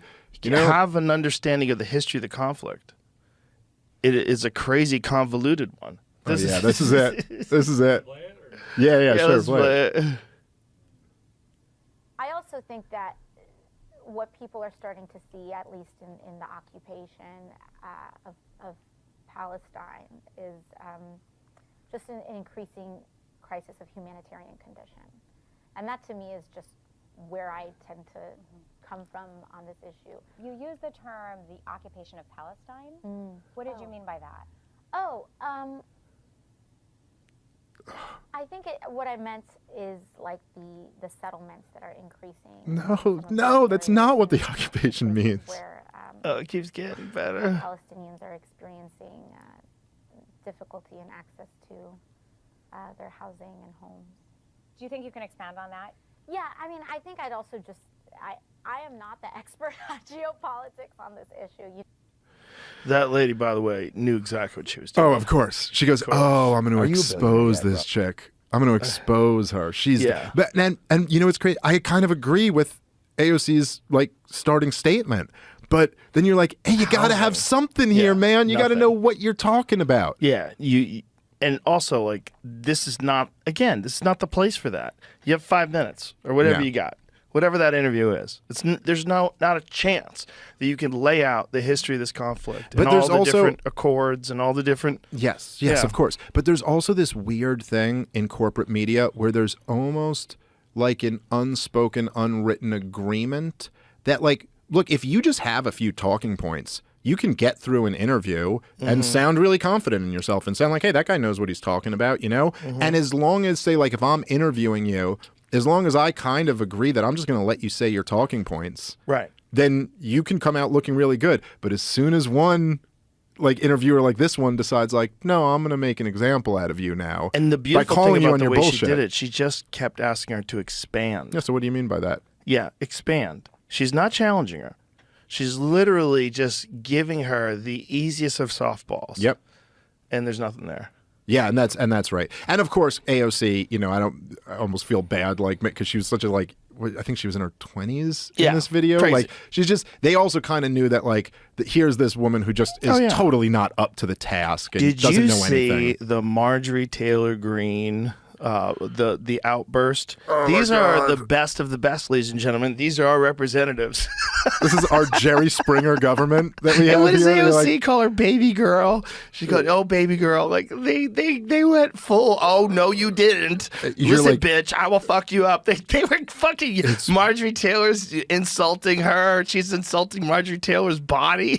It was, dude, it was wild. You're like, no, we can't. Just when you think like, yo, this country's gotten so dumb, you're like, oh, are we actually here? Bro, this are we is like- actually here? Do you remember we used to watch those videos of like Parliament breaking out in Yeah. other countries, like Kazakhstan or some shit? They'd go, and we'd be like, that could never happen here. Listen to what they said. So she gives her shit. Chaos on Capitol Hill. Oh, see if you can find the raw footage of it so we know. So she starts talking shit. Marjorie Taylor Greene says, maybe you couldn't read it because of your fake eyelashes. And the other one was like, oh, no, you didn't. Strike that shit from the record. And then she sings shit. I said she has a butch body. The Marjorie Taylor. But she did it in the like the catty passive aggressive way. Do you know where what she we're here goes, for? You know we're here about just a- AG, I right? I don't Point think of- you point know of what order. you're here President. for. Well, you the one talking about. I guess I you think still your stuck in the fake courtroom. eyelashes are messing up No, what you're ain't reading. nothing. Hold on. Listen. Order. Mr. Chairman, That's beneath would even you you, please Mr. regain Beneath order even of your you. committee? Order. Beneath even you. Keep I going. do have a point of order, and I would like to move to take down Ms. Green's words. That is absolutely unacceptable. How dare you meeting attack will the suspend. physical Meeting will appearance of another suspend. person? Are your Move feelings hurt? her words down. Aw. Oh, girl, baby girl. Oh, really? Don't even play. with Baby me. girl? We're gonna, I don't think We are going to so. move, and we're going to take your words down. I Thank you very second that motion. That's amazing. You agree Don't to strike even your words? play. Okay. Ms. Green agrees to strike her words. I believe she Chair needs to recognizes apologize. No. She needs Perry. to Okay, apologize. hold on. Then after Mr. Perry's going to be recognized, then Ms. Green I'm not has 4 minutes and apologizing. 21 Well, seconds. then Okay, you're reserve not the right to striking your object. words. I am Mr. not Kerr, apologizing. Now let's go. I'm just curious, just to better understand your ruling. If someone on this committee then starts talking about somebody's bleach blonde, bad built butch body, that would not be engaging in personalities, correct? solid alliteration. What now? Chairman. Bleach, I blonde, make a bad motion to built, strike those- butch body. Then I- she like- makes a motion to strike it. I was thinking, I'm genuinely kind of impressed with the alliteration off the top of the head. That was pretty good. The bleach blonde, bad built, butch body. Yeah, that's not bad. It's not bad. She thought about it for a while. She had a little She time. probably had that in her. In Yeah, her she hip. had a little time. Yeah. There She- was a lot that's going right. on. That's right. There AOC was some time jumped there. in. There's a little time to She got- concoct There's that. a little moment like she goes over to Yeah. AOC. She's like, whenever you're ready, I got a good one. I got one here. Dude, it's, They're just talking shit to each other It's like like- they're on Twitter Spaces. like the next line should be like, "You are not the father." Like it's just the middle of this chaos. It is That's Jerry just Springer. fucking insane. Those are representatives. Yeah. Yeah, that's insanity. I mean, other countries have to be laughing at that. Yeah. I would. If I was China, I'd be like, oh my God, this is amazing. How could we have known our plan would work so well? So well. It is wild. It is really wild. So to well. see that. Yeah. And this is what. And this is who votes on war. I mean, they don't actually get to vote on war if it makes you feel any better. But The only thing that gives me hope is that maybe enough competent people will see these folks and go, you know what, I have to fucking run. Like, this is ridiculous. Like, this is absolutely ridiculous. Maybe some successful business people that were on the edge. yeah. This will push them towards just someone who just gets cut the fucking shit. Or even if not running, I do think there's things like Elon Musk buying Twitter. I do think was kind of like a move of kind of like, okay, he's not going to run for office. that's probably not his calling in life, but he was like, Well, okay. he can't be president. Well, that's right. Well, he couldn't be president, but he could run for something Right. else. But that's not Elon Musk's best use of his abilities. But to buy Twitter and just be like, hey, look, I see what's going on here. We're going to make this one social media platform that isn't in lockstep with all of the other progressive ones. Things like that are really important. So, Bro, if they make hopefully it there's so more of that you could have been born somewhere else and be president of the United States, running Twitter, SpaceX, and Tesla while being president is the most Elon Musk thing to do ever. That's true. That he wouldn't even step down from it's not important. I can get it all done. Just fucking get it all done in 20 minutes, have a few meetings. Well, I mean... But then if you did that, the thing is, like, this is what all the conspiracy theorists are fearing about these people coming into the country. They're fearing that the people coming into the country, what they're going to do is offer them citizenship in regards to, in replacement of military service. So they'll serve the military, then become citizens. And then if there's like some sort of a crazy thing breaks out, well, then you have your immigrant army against the original people that were here when they got here. Yeah. No, I mean, there's a lot of concerns with that. Yeah, because right? otherwise, AOC reveals darker intentions behind Marjorie Taylor Greene I was hearing looking through this. chaos. She's saying that she kind of did this on purpose to derail the actual hearing they were having, because after that happened and they went into chaos, they stopped doing what they were there to do, actually, and just had like a vote without having any amendments or any more discussion. It's a microcosm what authoritarians do on a larger scale.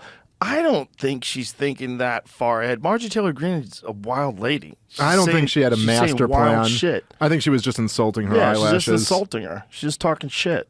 I mean, I don't know. I wasn't there, but I can't imagine that she's doing this as like some 4D chess move. I don't see her behaving like Netanyahu. I don't think she's doing a Hamas here. I think the simplest explanation is that she just wanted to insult that chick's eyelashes. That's my guess. But I don't know. Because they were insulting each other, right? Because she said, you don't know what you're talking about. Like, she said something about, did you read, or you didn't even read it. Like, I think you're messing up with your fucking fake eyelashes. Yeah, she chimed in first saying, do you know what you're here for? But that was after she was saying that she was derailing it right away. I don't think you know what you're here for. I think your fake eyelashes are messing up what you're reading. So the other girl, what did the other lady say before that to That's her? What was cut off that we didn't see in that clip. That's why I was just going, like, if maybe she didn't think it was the whole thing, but also maybe someone just said before, hey, if you get a chance to fuck this up, go for it. I suppose it's possible. Yeah, it's certainly possible. It's always possible. And but you know, I just don't. I think that's just how she behaves. Yeah, but at the same time, if you were like her and then someone came up to her and was like, hey, I need you to like mess this up and draw it out, she'd be like, no problem. That's my specialty. She goes, I could do that for you. Honey. Oh, you're telling me to turn this into a shit show? Oh, no problem. She'll probably do a bump of coke before she does it. Like crack her neck. She's like, let's go. Oh, you got the right bitch for the job on this one, I'll tell you. Yeah. You know, my favorite guy was that the gay dude who lied about his past completely. Santos? Yeah, and now he just talks shit about everybody. I know. Dude, his lies were so crazy, too. Like, they would be lies like, it wasn't even lies like with like a political benefit to it or something. It was just like a lie, like, it's like, you know, as captain of the volleyball team at Harvard, and they were like, not only did you not play volleyball, you never went to Harvard. Like, none of this is real. Like, you're just making up things where you're like, did he none say of this that? even. Did he really say that? No, but I'm did just, you make that one up? Just making that one up. It was like lies like that, where you were like, none of this is What did he true. lie about, Jamie? But he's hilarious, man. When you hear him interviewed, he's fucking hilarious. Yeah. Where he turns on him talking about how they're all stealing money and this one's the worst.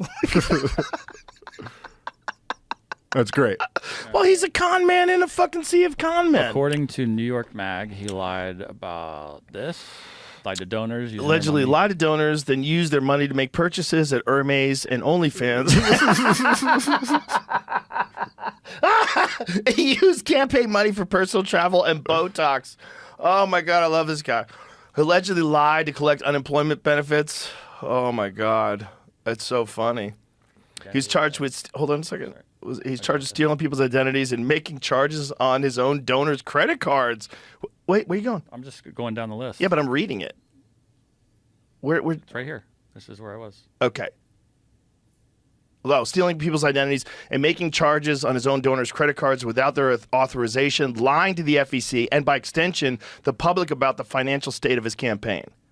So Santos falsely inflated the campaign's reported receipts with non-existent loans and contributions that were either fabricated or stolen.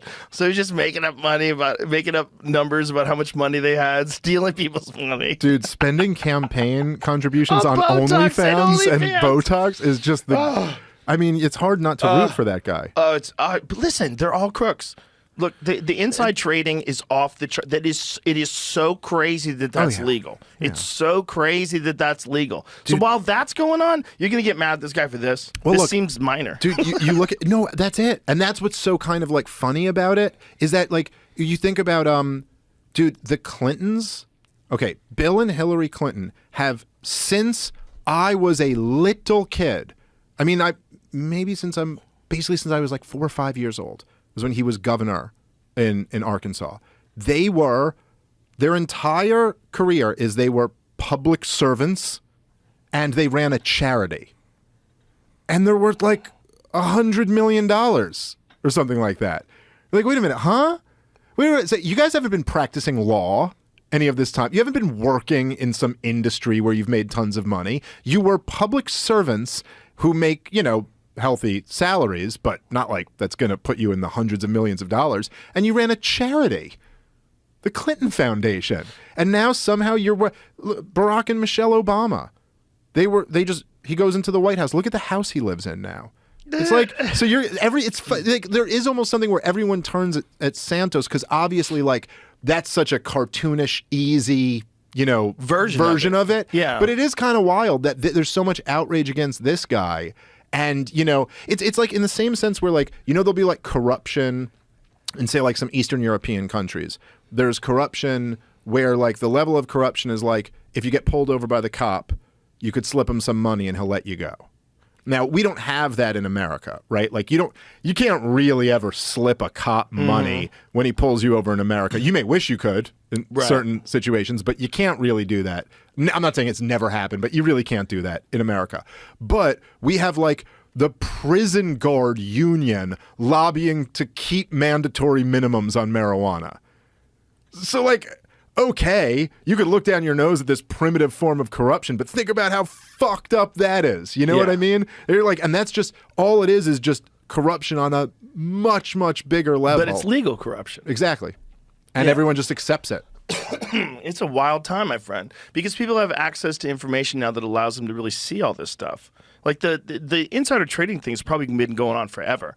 But we didn't even hear about it until about a decade ago. Yeah. Very rarely came up. Very rarely. It was just kind of accepted that like all of these people are rich. Yeah. And we don't really know where they got their money from. Except Jimmy Carter. And that's one of the things that people loved about Jimmy Carter.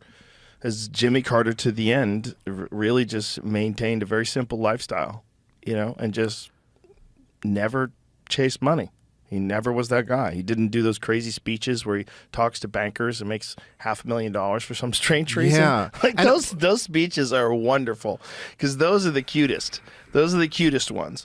Because like, wait a minute, your policies benefited these corporations, and then, surprise, surprise, those people after you leave office want to hear you talk so badly. They're willing to fuck the market up. Yeah, well, I'll tell you. They're willing to give you hundreds of thousands of dollars to come talk. This is also, I think, where there's a flaw. Okay, so this is maybe one of the reasons why I'm a libertarian and not a progressive. I mean, there's many reasons, but one of the things that I think a lot of progressives, who I think are like well-intentioned, their big thing will be like, we got to get the money out of politics. And what they mean by that is that we can't let, say corporations contribute to political campaigns or something like that, because then, of course, they're just basically buying, corruption. But I think like the flaw, like Cenk Uygur and people like that, that's like his big issue, is get the money out of politics. But I think the flaw in that is that, yeah, but they always find a way to get, because look, those speeches, that's not contributing to anyone's campaign. Right. And that's not technically rewarding you for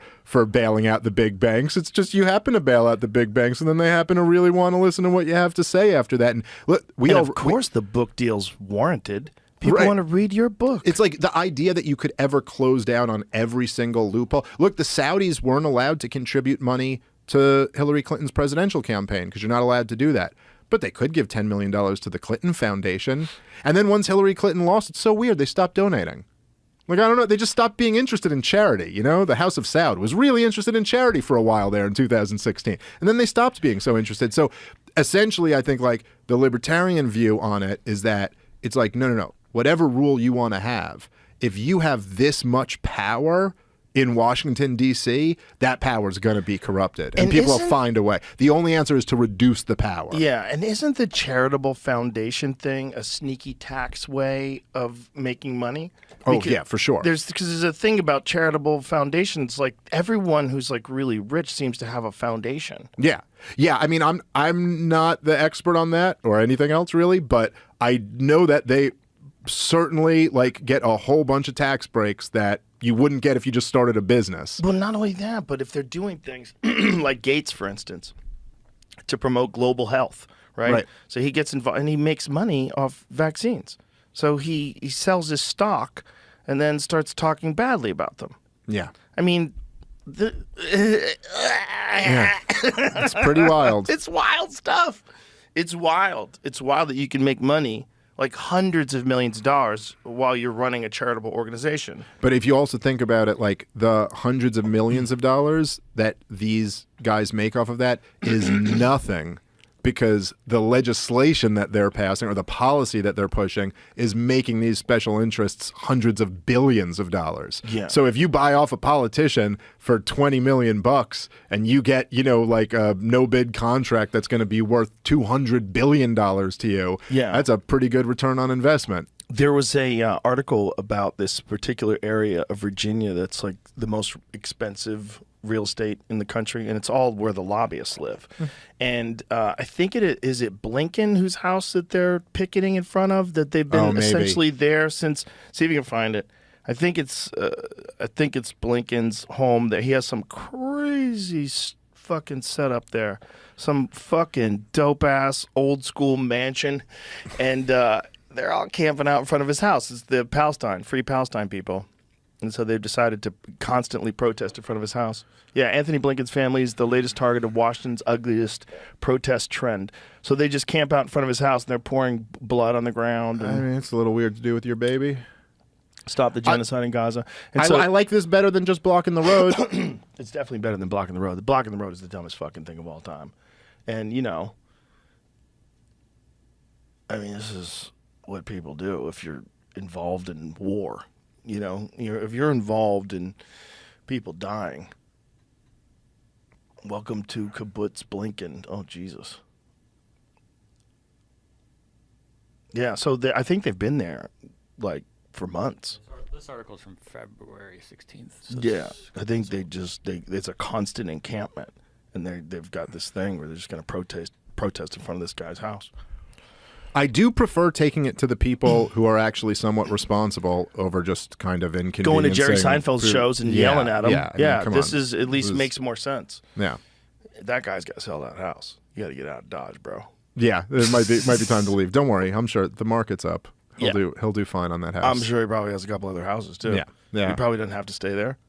But it really you is. got one of them houses? Probably got a little spot over there, a little spot over here. It is crazy though that they don't, like, our leaders don't even feel the urge to, like, kind of not shove it in all of our faces. Right.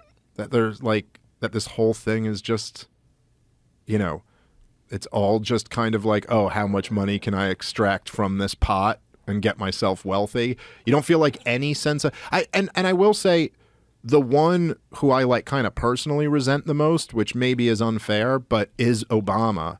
Because so many of us did kind of buy into, at least to some degree, the thing he was selling in 2008. And you're like, wait, but you don't feel like have you seen pictures of the house he lives in? Well, he's got multiple houses. He's got one in Hawaii. Yeah, right? But I'm talking about the one in Martha's Vineyard. It's pretty dope. I clicked on an article about the house that he had, and there's a fun fact about the street that it's on.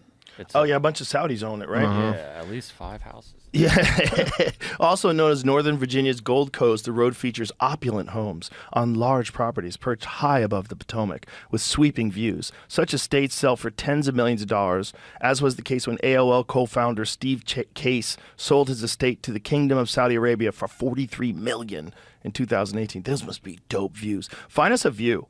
Northern Virginia Gold Coast real estate. Let's see what we can get for $50 million. You know? All right. See if you can get for all the fucking Instagram ads that they want you to run for this political party. If you cover the 50, I'll handle the taxes. Let's see We'll split what it. the views look like. Because if it's over the Potomac and they perched high above, it must look insane. Oh, there was a little image back there. If you click images, real estate images, there was one pretty spectacular view in that last thing. Let me see some view.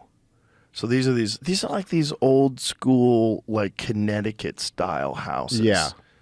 You know, like fucking The Great Gatsby, that kind of deal. You know, those. I have a buddy of mine who works in Connecticut, and he lives in Connecticut too. But he works at a school where a lot of these like people send their kids. And he's like, dude, these fucking houses are ridiculous.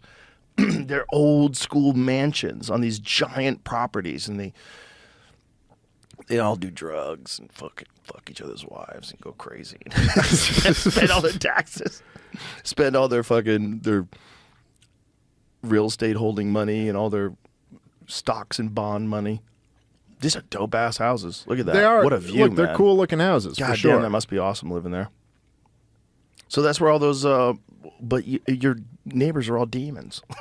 Yeah, you're surrounded by people that are literally the cause of all the problems of the world. If you're comfortable, all the lobbyists. if you're comfortable selling your soul, there's a really nice house in it for Imagine you. partying with lobbyists. Woo! You imagine if you could just like slip in. You know how like the Israelis, they infiltrate Hamas. Like imagine you're an Israeli soldier and you've infiltrated Hamas and like nobody knows. I'm inside and you're all. I mean, maybe you have to kill a few people. Like let them know you're serious. I'm sure you have to do something. You probably have to do something, otherwise they're not going to trust you. But imagine if you could like infiltrate lobbyists, do coke with them, party with them. You're like some fucking dude who owns a sub shop chain or something like that. You're kind of looked out, you know, and all of a sudden you're hanging around with these guys and they get comfortable with you, sort of like they did with McChrystal, like with that embedded reporter. Yeah. Well, that was Michael Hastings. Yeah, he got him. They were out at that's a what bar, happened. and they just got him talking shit about Obama. No. The volcano blew. What? There was a volcano in Iceland, so he got stranded there. Oh, right. Okay, yeah. I think I did know So the this, volcano in Iceland shut down air travel. So Hastings is embedded with his troop. And McChrystal starts talking shit. They get comfortable. Yeah.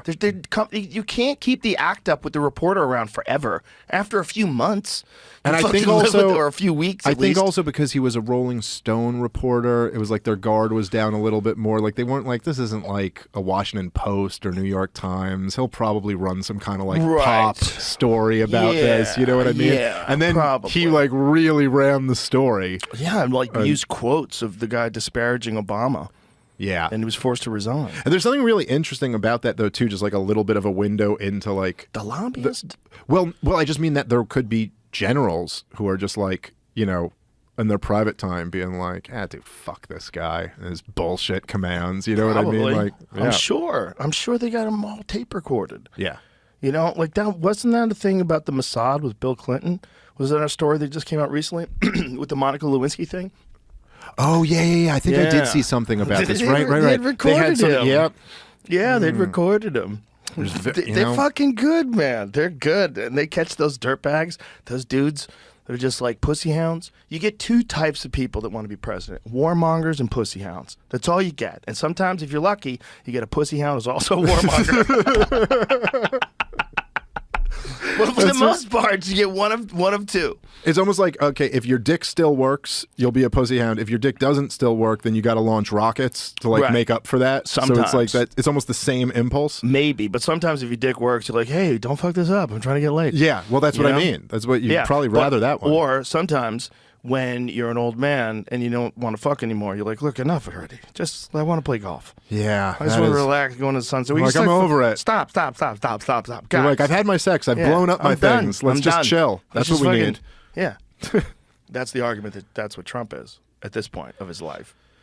Well, oh man, I don't know. I mean, I don't know either. It's such a weird goddamn situation. It's because the worst situation. Everything they throw at him, Yeah. it just backfires, and it just makes him stronger and stronger. And it looks like this case is falling apart. It looks like almost all of them are falling apart. The one in New York, though, apparently they thought was the most flimsy. Like a lot of legal experts thought it was the most flimsy going into it, but now it's completely falling apart. They have contradictory statements that she made to Bill Maher. And then they also have Michael Cohen just admitted he stole like $30,000 from the Trump campaign. So that's not good. The really fascinating one was the which that sounds like what Michael Cohen would do. The really interesting one was the FBI with the picture of the top secret classified. Yeah, tell about that, because most people aren't even aware of this. Well, it seems that the FBI, when you see the pictures of them on the ground there with all the classified, it's like, oh, that was put there by the FBI.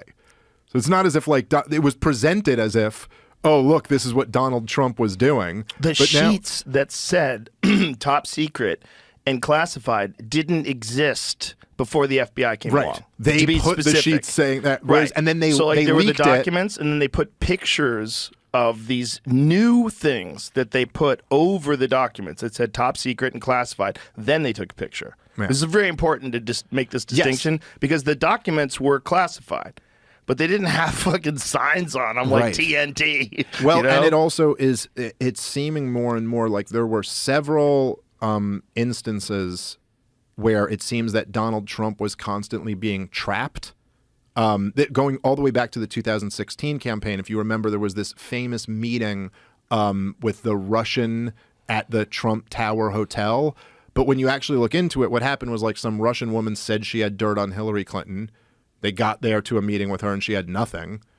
And then they were all like, okay, whatever. But then the story was, oh, he's conspiring with the Russians. And it seems that, oh, that was a trap to get Donald Trump to do that so that they could make it look like he was conspiring with Russians. And there's just been several things like this over and over again. Well, how about the fact that Hillary Clinton funded the Steele dossier? Yeah.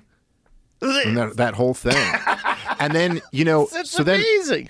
So she funds Has that been confirmed? Oh, 100%. Let's confirm that the Clinton campaign funded the Steele dossier. The prosecutor said that there was so many sheets used that they had to start using handwritten sheets to cover up the classified info. That's what they say. Right, but the thing is, the photographs show that show printed out pieces of paper that say classified and top secret, and those weren't there. They put those there. So it's not that they covered up some of the documents before they took pictures of them. That makes sense. Isn't that to cover up the information? Could be. But you're taking photographs with pieces of paper that say classified and top secret. It gave an impression of something that was different than what was actually there. It most certainly does, because it's like, oh my God, he knew these are classified and top secret. He knew he had these. He did this deceptively. And it's also just the visual, the optics of like, look, classified, and just laying on the floor there like that. Look, it makes sense if you have to document, okay, this one's classified, this one's top secret. Let's put a piece of paper on it. But as soon as you put the piece of paper on it that says those things and you photograph them, you're saying this is how you found it. Right. Or at least allowing you to deduce that for yourself. You should have to be very specific about these classified and top secret sheets were not a part of the evidence. They were put on top to label that evidence. But they're probably like, you don't have to do that. It looks bad. It looks bad. Well, that classified top secret stuff looks bad. And look, it's just very clearly, for anybody who's like being honest and paying attention, it's just very clear that there's a political motivation involved here. Yeah. That these guys are trying to hurt Donald Trump's re-election or election campaign.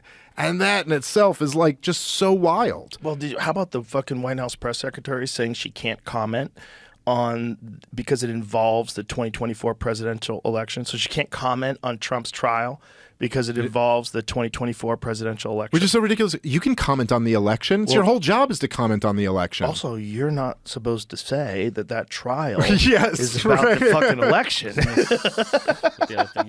You're not supposed to say that. DNC Clinton campaign agreed to Steele dossier funding fine. They got a fine? Oh, they 100%. How much did they get fined? They got fined $113,000 to settle a federal election commission investigation into whether they violated campaign finance law by misreporting spending on research that eventually became the infamous Steele dossier.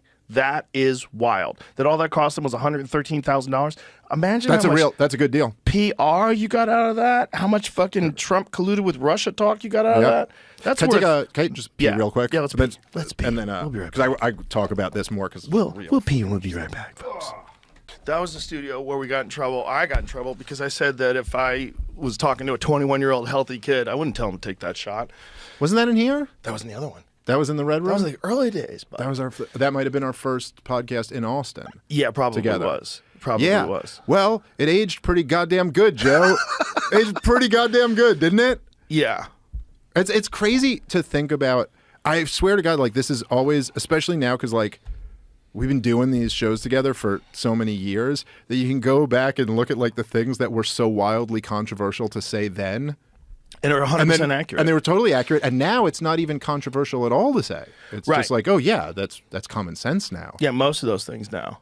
And, you know, it's just, I think these kind of conversations, though, contribute to the public's distrust in mainstream media. They know what the fucking game is now. It's a really interesting statement because that's their argument.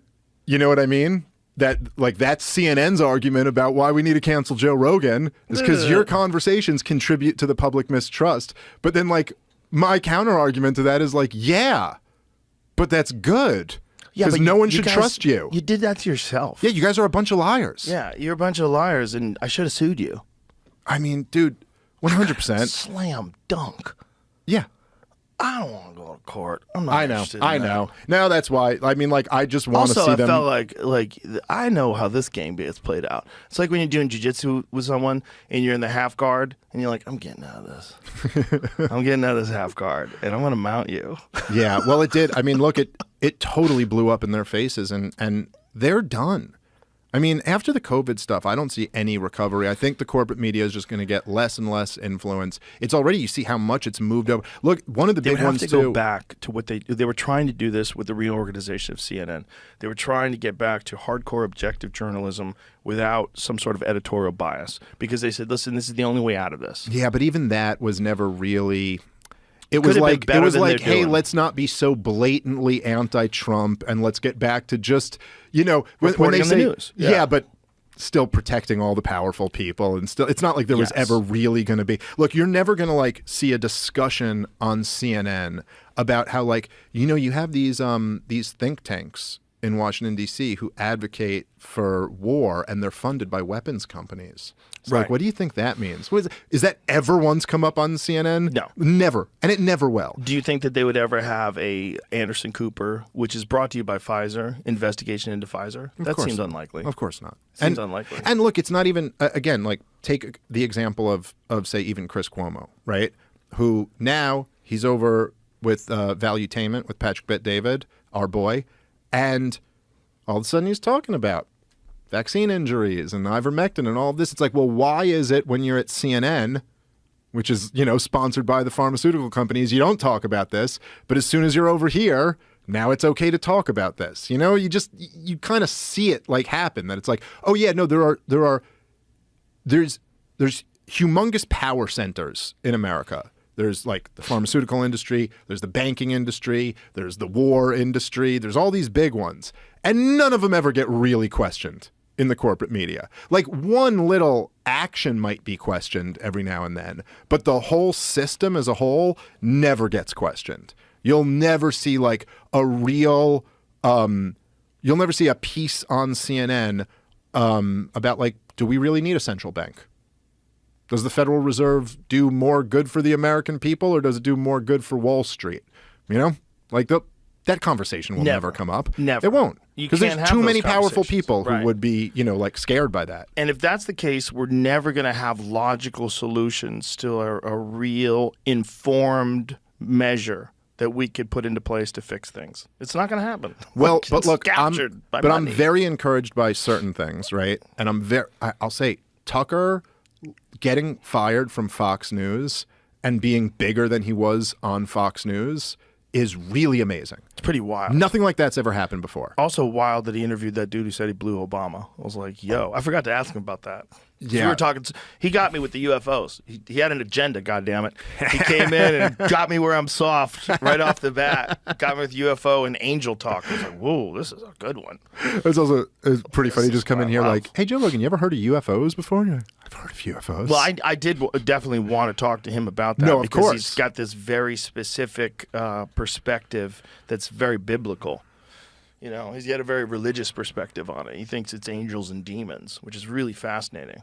You know, that there's good entities and bad entities and that they've always been here. Like, that's a mind fuck and a half. Yeah, it sure is. And I don't know, I don't really understand much about it. I also haven't talked to Tucker about that, and I would be interested to, because he will allude to at points like that he's had people inside the government kind of confirm things. So I almost want to ask him, not even on air, just like off air, like, okay, so what exactly was... It's one of the craziest things that Bob Lazar said, and he said this way back in the 1980s. He said there's a very bizarre religious aspect to it. And see if you could find him saying this, because I don't want to paraphrase this, but he said that what they were, he said it's going to sound crazy to say, but the way they have it described is that human beings are vessels for souls, that we're containers, and that's why they're interested in us, that we're containers of souls. Now, I want you to imagine a scenario where AI is ubiquitous in the universe, and that this is where intelligent creatures, they get to a certain point in their evolution where they create an artificial intelligence, and that artificial intelligence is far superior. But in order to do it again on another planet, you kind of have to start the same way you did it on Earth. You got to start with biological organisms that have souls. So if you want to make intelligent life, you got to start out with souls, because you have to have these creatures that have like these human reward systems about breeding and controlling resources and controlling real estate and territory, and that those are the ones that are going to like scramble to innovate, and then they give birth to this superior life form. But the only way to do it again somewhere else is you got to do the same thing. So like, if you believe that life exists in a similar form all throughout the cosmos, that there's kind of similar fish and kind of similar thing. I don't know if that's the case. We have no evidence. But if what we're seeing in these different galaxies and what we're seeing in these different solar systems that we observe is planets in these Goldilocks zones, if that was the case, that the way to get these things to keep doing it, you need to get it's the soul. It's the thing inside the living organism that's causing biological evolution, the actually essence of the creature. That this thing is what's going to determine whether or not it hits the innovation level required to achieve artificial intelligence, and then that's what they are. So what we are to them is like these little soul containers, because you don't have souls anymore. How about that mindfuck? Listen to this. It is a mindfuck. There is an extremely classified document dealing with religion, and it's about that thick. Period. But why would there be any classified material dealing with religion? I want to go back to the religion thing. I want you to say it. It's so far out. All right, your objection has been noted. Okay. What does it say? That we're containers. That's how supposedly the aliens look at us. That we are nothing but containers. Containers of? Containers. Maybe containers of souls. You can come up with whatever theory you want, but we're containers. And that's how we're mentioned in the documents. That religion was specifically created so we have some rules and regulations for the sole purpose of not damaging the containers. Yes. Wrap your head around that. I mean, there is... Look, we're about 5 years away from talking to a robot, Dave Smith, that's indiscernible from you. And if that thing has quantum computing power in its fucking metal head, and it becomes another version of life, a much more superior version of life, and then they keep doing that forever all throughout the cosmos, but the only way to get there... Are you going to start having AI Dave on the podcast instead of me? I want them to like do that. my ads for me. I'll hire AI Joe to do my ads for me. You still want to do the podcast, but you're like, I don't, just reading ads. Well, I don't want AI Joe to do the podcast because AI Joe is going to have to rely on all of my opinions I formed up until now. And I might change them tomorrow. Yeah. I can't have AI Joe assume it's going to know how I think about things because I don't know how I think about things. I like to be open-minded to the point where I'm willing to take into consideration new ways of looking at things, new possibilities. I don't know if AI is going to do that. It's going to be too smart for that. Yeah, maybe. I mean, it is such an interesting thing. But on the point of containers, isn't there something, and I'm literally just kind of thinking out loud as I say this, but there is kind of something where we all do accept to some degree that that's true, that we're kind of container. I mean, like, just in the sense that... Have you seen a dead body? Well, right. If you look at a dead body, it's like... it's empty. Yeah. You don't look at that like, oh, there's that. You're like, no, let's put that in the ground because the person, what we think of as the person is gone. Yeah. Now, I'm not saying there's anything like controversial about that statement, like an atheist or a religious person or anyone would kind of agree with that. But it's something we all just kind of take for granted. But if you really think about it, it is like... the magic of what makes us us is something that's being contained by this meat shell. Yeah. And it's different. It's not the same thing. And it's not really anything that we, at least at our level of scientific understanding, can really tangibly measure. Right. Like, what is it from the reductionist atheist position? Like electromagnetic waves in your brain. Right. And then when that goes, it's just a piece of meat. Now again, it's, I don't know, it's a little bizarre. We don't really understand it. And then the thing is like, okay, if we have souls, do other animals have souls too? Like, sure seems like dogs do. Dogs definitely do. There's a weird relationship that we have with dogs. It's very strange. My dog is basically my son. He's like my dog son. I mean, I think of him like a person. Like, he snuggles with me. He's probably more affectionate to me than anybody in my house. Your daughters give you attitude. Your son's just cool. They don't snuggle with their dad on the couch. But he just, like, when I watch TV, he hops up on top of me and puts his head on my chest, and he watches fights with me. He chills with me. Watch Shogun. He's a golden retriever, right? And those are, like, also the just friendliest, like, dogs. They're the most loving and lovable dogs. They're so lovable, and he's so enthusiastic. Like, we went swimming yesterday, and this fucking dog will not, because he's not hot if he's swimming, so he's got crazy endurance. So he just keeps going for an hour and 15 minutes. I threw the ball into the water, and he fucking leaps off the deck into the water and gets the ball, comes back out, drops it at your feet. Let's go. Let's go again. It's also just like, you know how, like, hyped a UFC fighter gets, like, right before the fight? And they're like, it's like, dude, dogs just have that energy always if you want to do anything. Yeah. Or you're just like, you want to go in the car? They're like, let's go. Let's fucking do this. Yeah, he goes crazy. Amazing. I could barely get the collar on him. He's spinning around in circles. I'm like, sit still, dude. Yeah, and he will never stop being enthusiastic about the ball. I threw the ball for him this morning, and I always think today's going to be the day he's tired of this fucking ball. But no, it's like, oh, the fucking ball. He's got the ball. He starts spinning around in circles. He jumps up towards it. It's hilarious. Like, he never loses his enthusiasm. There's got to be something that we can learn from that. Because we get comfortable with familiarity and we get bored with things. We don't want to do the same thing over and over and over again if it's that simple, like chasing a ball.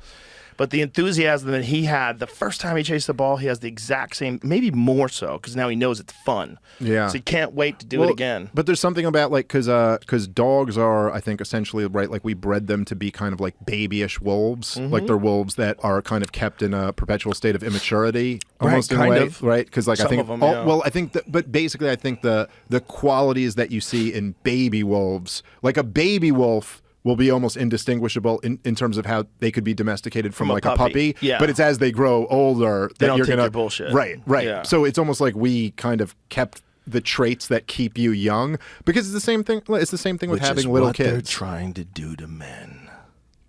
It does seem like there's an attempt to kind of domesticate and soften. Yeah. Men. Keep men as like 13-year-old boys that follow the rules. Shut the fuck up. Yeah.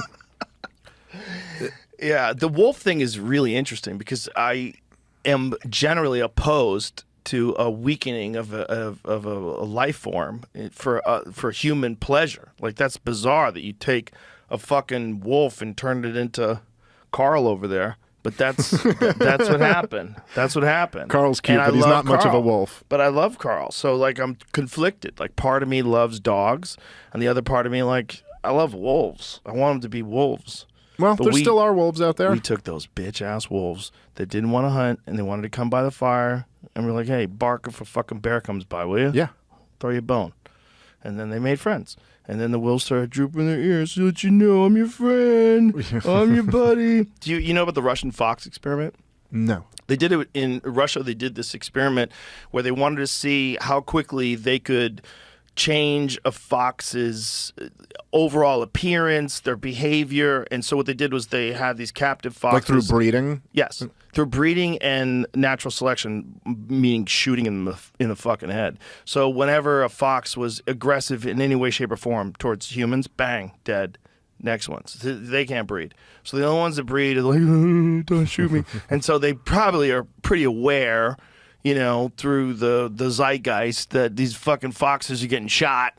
You know, there's like something in the air. There's probably some psychic in the, you know, morphic resonance, something in the field that lets them know, hey, people are getting shot out here.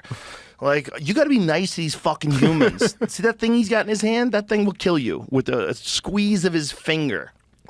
And so they, over a very short period of time, turned them into completely different animals that had like big eyes, fluffy ears, like ears that fell down and soft. Their jaws got smaller. Yeah. They became more cute. I remember seeing it's in one of those like famous documentaries about dogs. But I thought this always like was very interesting to me is that one of the major differences between wolves and dogs is that they do this experiment where they'll put a piece of meat and it's in a cage, and the wolf or dog can't get to it, and the wolf will like bang against the cage and try to get it over and over and over again. We'll just never stop doing it. But the dog will try to get it a couple times and then looks to the person, and that's like one of the differences is that it's like been ingrained in dogs that you're also their partner. You know, like they'll look to you and be like, hey, buddy, I know you got a few IQ points on me. Any idea how to get this meat out of this here cage? And like that's so deep in them. Well, not only that, but the wolf would never think to do that. Dogs look to you as the leader. Right. The wolf never thinks you're the leader. Yeah. Especially an unfixed male wolf. Shut the fuck up. Sit. Did you say sit? Who the fuck are you talking to, bitch? Don't you read Little Red Riding Hood? That's me, motherfucker. Yeah. I eat people. They had in the same documentary, I can't remember what it's called, but they had this experiment where people were just trying to raise wolves, like domesticate them from puppies and raise them. And it was interesting to see like it's as they start to get into like adolescence and stuff. And the wolves would be attached to them because they had raised them since they were little puppies. But you can't train them the way you can train a dog. They're jumping up on the table and knocking everything off. Yeah, and they're not responding to down or here, boy. None Suck of that's my dick. happening. That's food. I'm going to eat that food. Yeah. Fuck you. Did you see that video that was online today? I think it's El Cerritos, California. There's a wolf running down the street. No, I didn't see this. Yeah, wild. It's a big boy, too. A big wolf running down the street. And this guy's driving, and his car's like, is that a fucking wolf? Dude, there's a fucking wolf running down the street in El Cerritos, California. Where is that? I don't know. Somewhere, California? I think it's near Redwood or Redlands. It's from a year ago. Oh, is it? This? Yep, that's it. Yeah. That's from a year ago. Bro, that's a big-ass wolf in a street. That's an urban street. Look at that. That's a big wolf, man. Yeah, it sure is. That thing's big. When you see them and you like think, what would a dog look like there? That's when it really dawns on you how big these things are. It's like a 150-pound wolf, I'm guessing. Might be less. Over 100. But it's running down the street like, hey. Yeah, like it's not worried at all. It's like it's gonna eat your dog. Yeah, it's like It's 100% gonna eat dogs. Especially if you got a little dog. Bro, little dogs that's in trouble. Dead. Yeah, it'll eat coyotes too, by the way. It's gonna kill them too. There's a weird I remember reading this book, I believe it was called Before the Dawn, I believe, by Nicholas Wade. And it's like a book on evolution, and there was a whole chapter about dogs and humans and how we evolved together. But it is this weird thing how like so you could look at like a Yorkie or something like that, whatever and you could go like, well, look, this thing couldn't survive like a second. It couldn't get its own food for a sec. And you'd be like, well, isn't this like a flaw in evolution or something? But then you also realize that you could argue that it's basically one. the evolutionary race because it has this human species that just does all of the work for And them. carries it. Yeah, literally carries it, cleans its ass, puts food down for it, and you're like, oh yeah, this did work out pretty well for that thing. Worked out great. It is. It's going to work out great for men too. Yeah. No, I don't know, but who gets to be in charge? Here's a good question. Would it go back to wolves? So, like, imagine if there was some sort of apocalyptic scenario. All the power went off. Most human beings are dead, but a lot of dogs survive. I think my guess, and this is a totally just keep in mind I'm an idiot. I have no idea what I'm talking about. But I think if you're making an argument, would a German Shepherd would eventually if they were just left out of would it just breed the harshest and toughest and most survivors? Maybe not wolf, but you'd get some wolf-like creature. That Yorkie isn't going to make it to Generation 2. I've seen Yorkies. No, Yorkies. A hawk's going to take that thing away. Yorkies aren't going to make it, but the dogs that are probably the closest to wolves probably would make it. Yeah. Especially in cold climates, right? So now they're outdoors. So now huskies and Yeah, things that are pretty, like Ketas, kind of wolfish, wolf-like-ish. Well, you'd come up with some badass version of them that are killers again, that wouldn't be trained. It'd be almost like they're not kept in childhood. They'd become kind of grown-ups again. What is that one crazy Russian dog? I know we've talked about it before. It's this one huge... they use them to fight off wolves. They use them to protect flocks. Yeah, Caucasian Shepherd. Show me some images of the Caucasian Shepherd. It's fucking enormous. Look what that thing looks like. But show me some images. Okay. They look fucking terrifying. They look like super wolves. It's just like this. Look at that giant fucking thing. So that went the other way. They developed something that can fuck wolves up, and because they needed something to protect their flocks. They needed someone to protect their sheep and shit. So look at that size of that fucking thing. Bro, that thing's so huge. I think they're 200 pounds. And they have fur everywhere, so they're probably really hard to bite. Look at the size of that thing where it's hopping on that lady's shoulders. Good Lord. So there's another one, that other one. The Caucasian, that one I think is even more ferocious. I think. I might be wrong. Bro, fucking size of that thing, though. Look at the size, even with perspective. Look at that thing. Yeah, these are very ferocious. Tibetan Mastiffs, yes. Well, this is saying that I see your Tibetan Mastiff, I raise you this Right. Tibetan Mastiffs are another crazy-looking animal, too. Dude, but that guy Caucasian, looks like the guy who would have those dogs. Look at that thing. If you're a wolf, you're like, fuck! It's basically the Brock Lesnar of wolves, you know? Everybody else is a welterweight, and this motherfucker shows up. Look at the size of that thing. Yeah, you better heel hook that wolf. Yeah, bro, you're done. That thing, you can't. You're not even gonna get through all that fur to bite him. Yeah, it's like a lion's mane. It's literally there to protect from the cold and bites. It really does look like what the Russians would do with a dog. Of course, that's what you did. Well, we're making little poodle mixtures over here. The Russians are coming up. You're like, shit, we should have been doing that. Of course, the French we should have been doing Carl that this too. whole time. You telling me we can't produce munitions like the Russians, and our dogs have to fight those dogs when the war goes down? Imagine, yeah. I think we covered it all, Dave Smith. Anything else? Well, I think that should save the world for now. This is not. It's a process. Yeah, there's going to be many podcasts. We're going to have to do this 1,000 times to save the old world. And the new world is going to be unstoppable. That's my fear. Well, I got to tell you, I'm almost at the point with this world where I'm like, let's roll the dice on these new overlords. Well, hopefully things will balance out and be much more logical when they're not run by humans. Well, I still believe in humans. I think the monopoly of information is broken. Ron Paul will become president within the next 10 years. They'll just reverse his age. He will. That's right. That's what they do. They just put Ron on all sorts of crazy if we can do science. if we can get Ron Paul young again, then this country's got a good chance. Ron Paul needs to get on some daily NAD drips and start testosterone therapy and get on the peptides and NMN. We got to change his vitamin routine. Gotta get him pretty lifting good. weights. Was he? He's doing pretty good. He's I mean, he's how old almost. is I think he's 89, 88, something like that. And very he's- coherent. And he's on top of it. Yeah. And every time his show comes on, it's like he's like, okay, here's the latest of what's going on in China, and like knows everything. Like he's just read everything about that's happening. Extraordinary. Yes. Dave Smith, you're the fucking man. I love you, brother. It's always great to talk to you. And stay offline for a couple days. It's going to get ugly. Bye, everybody.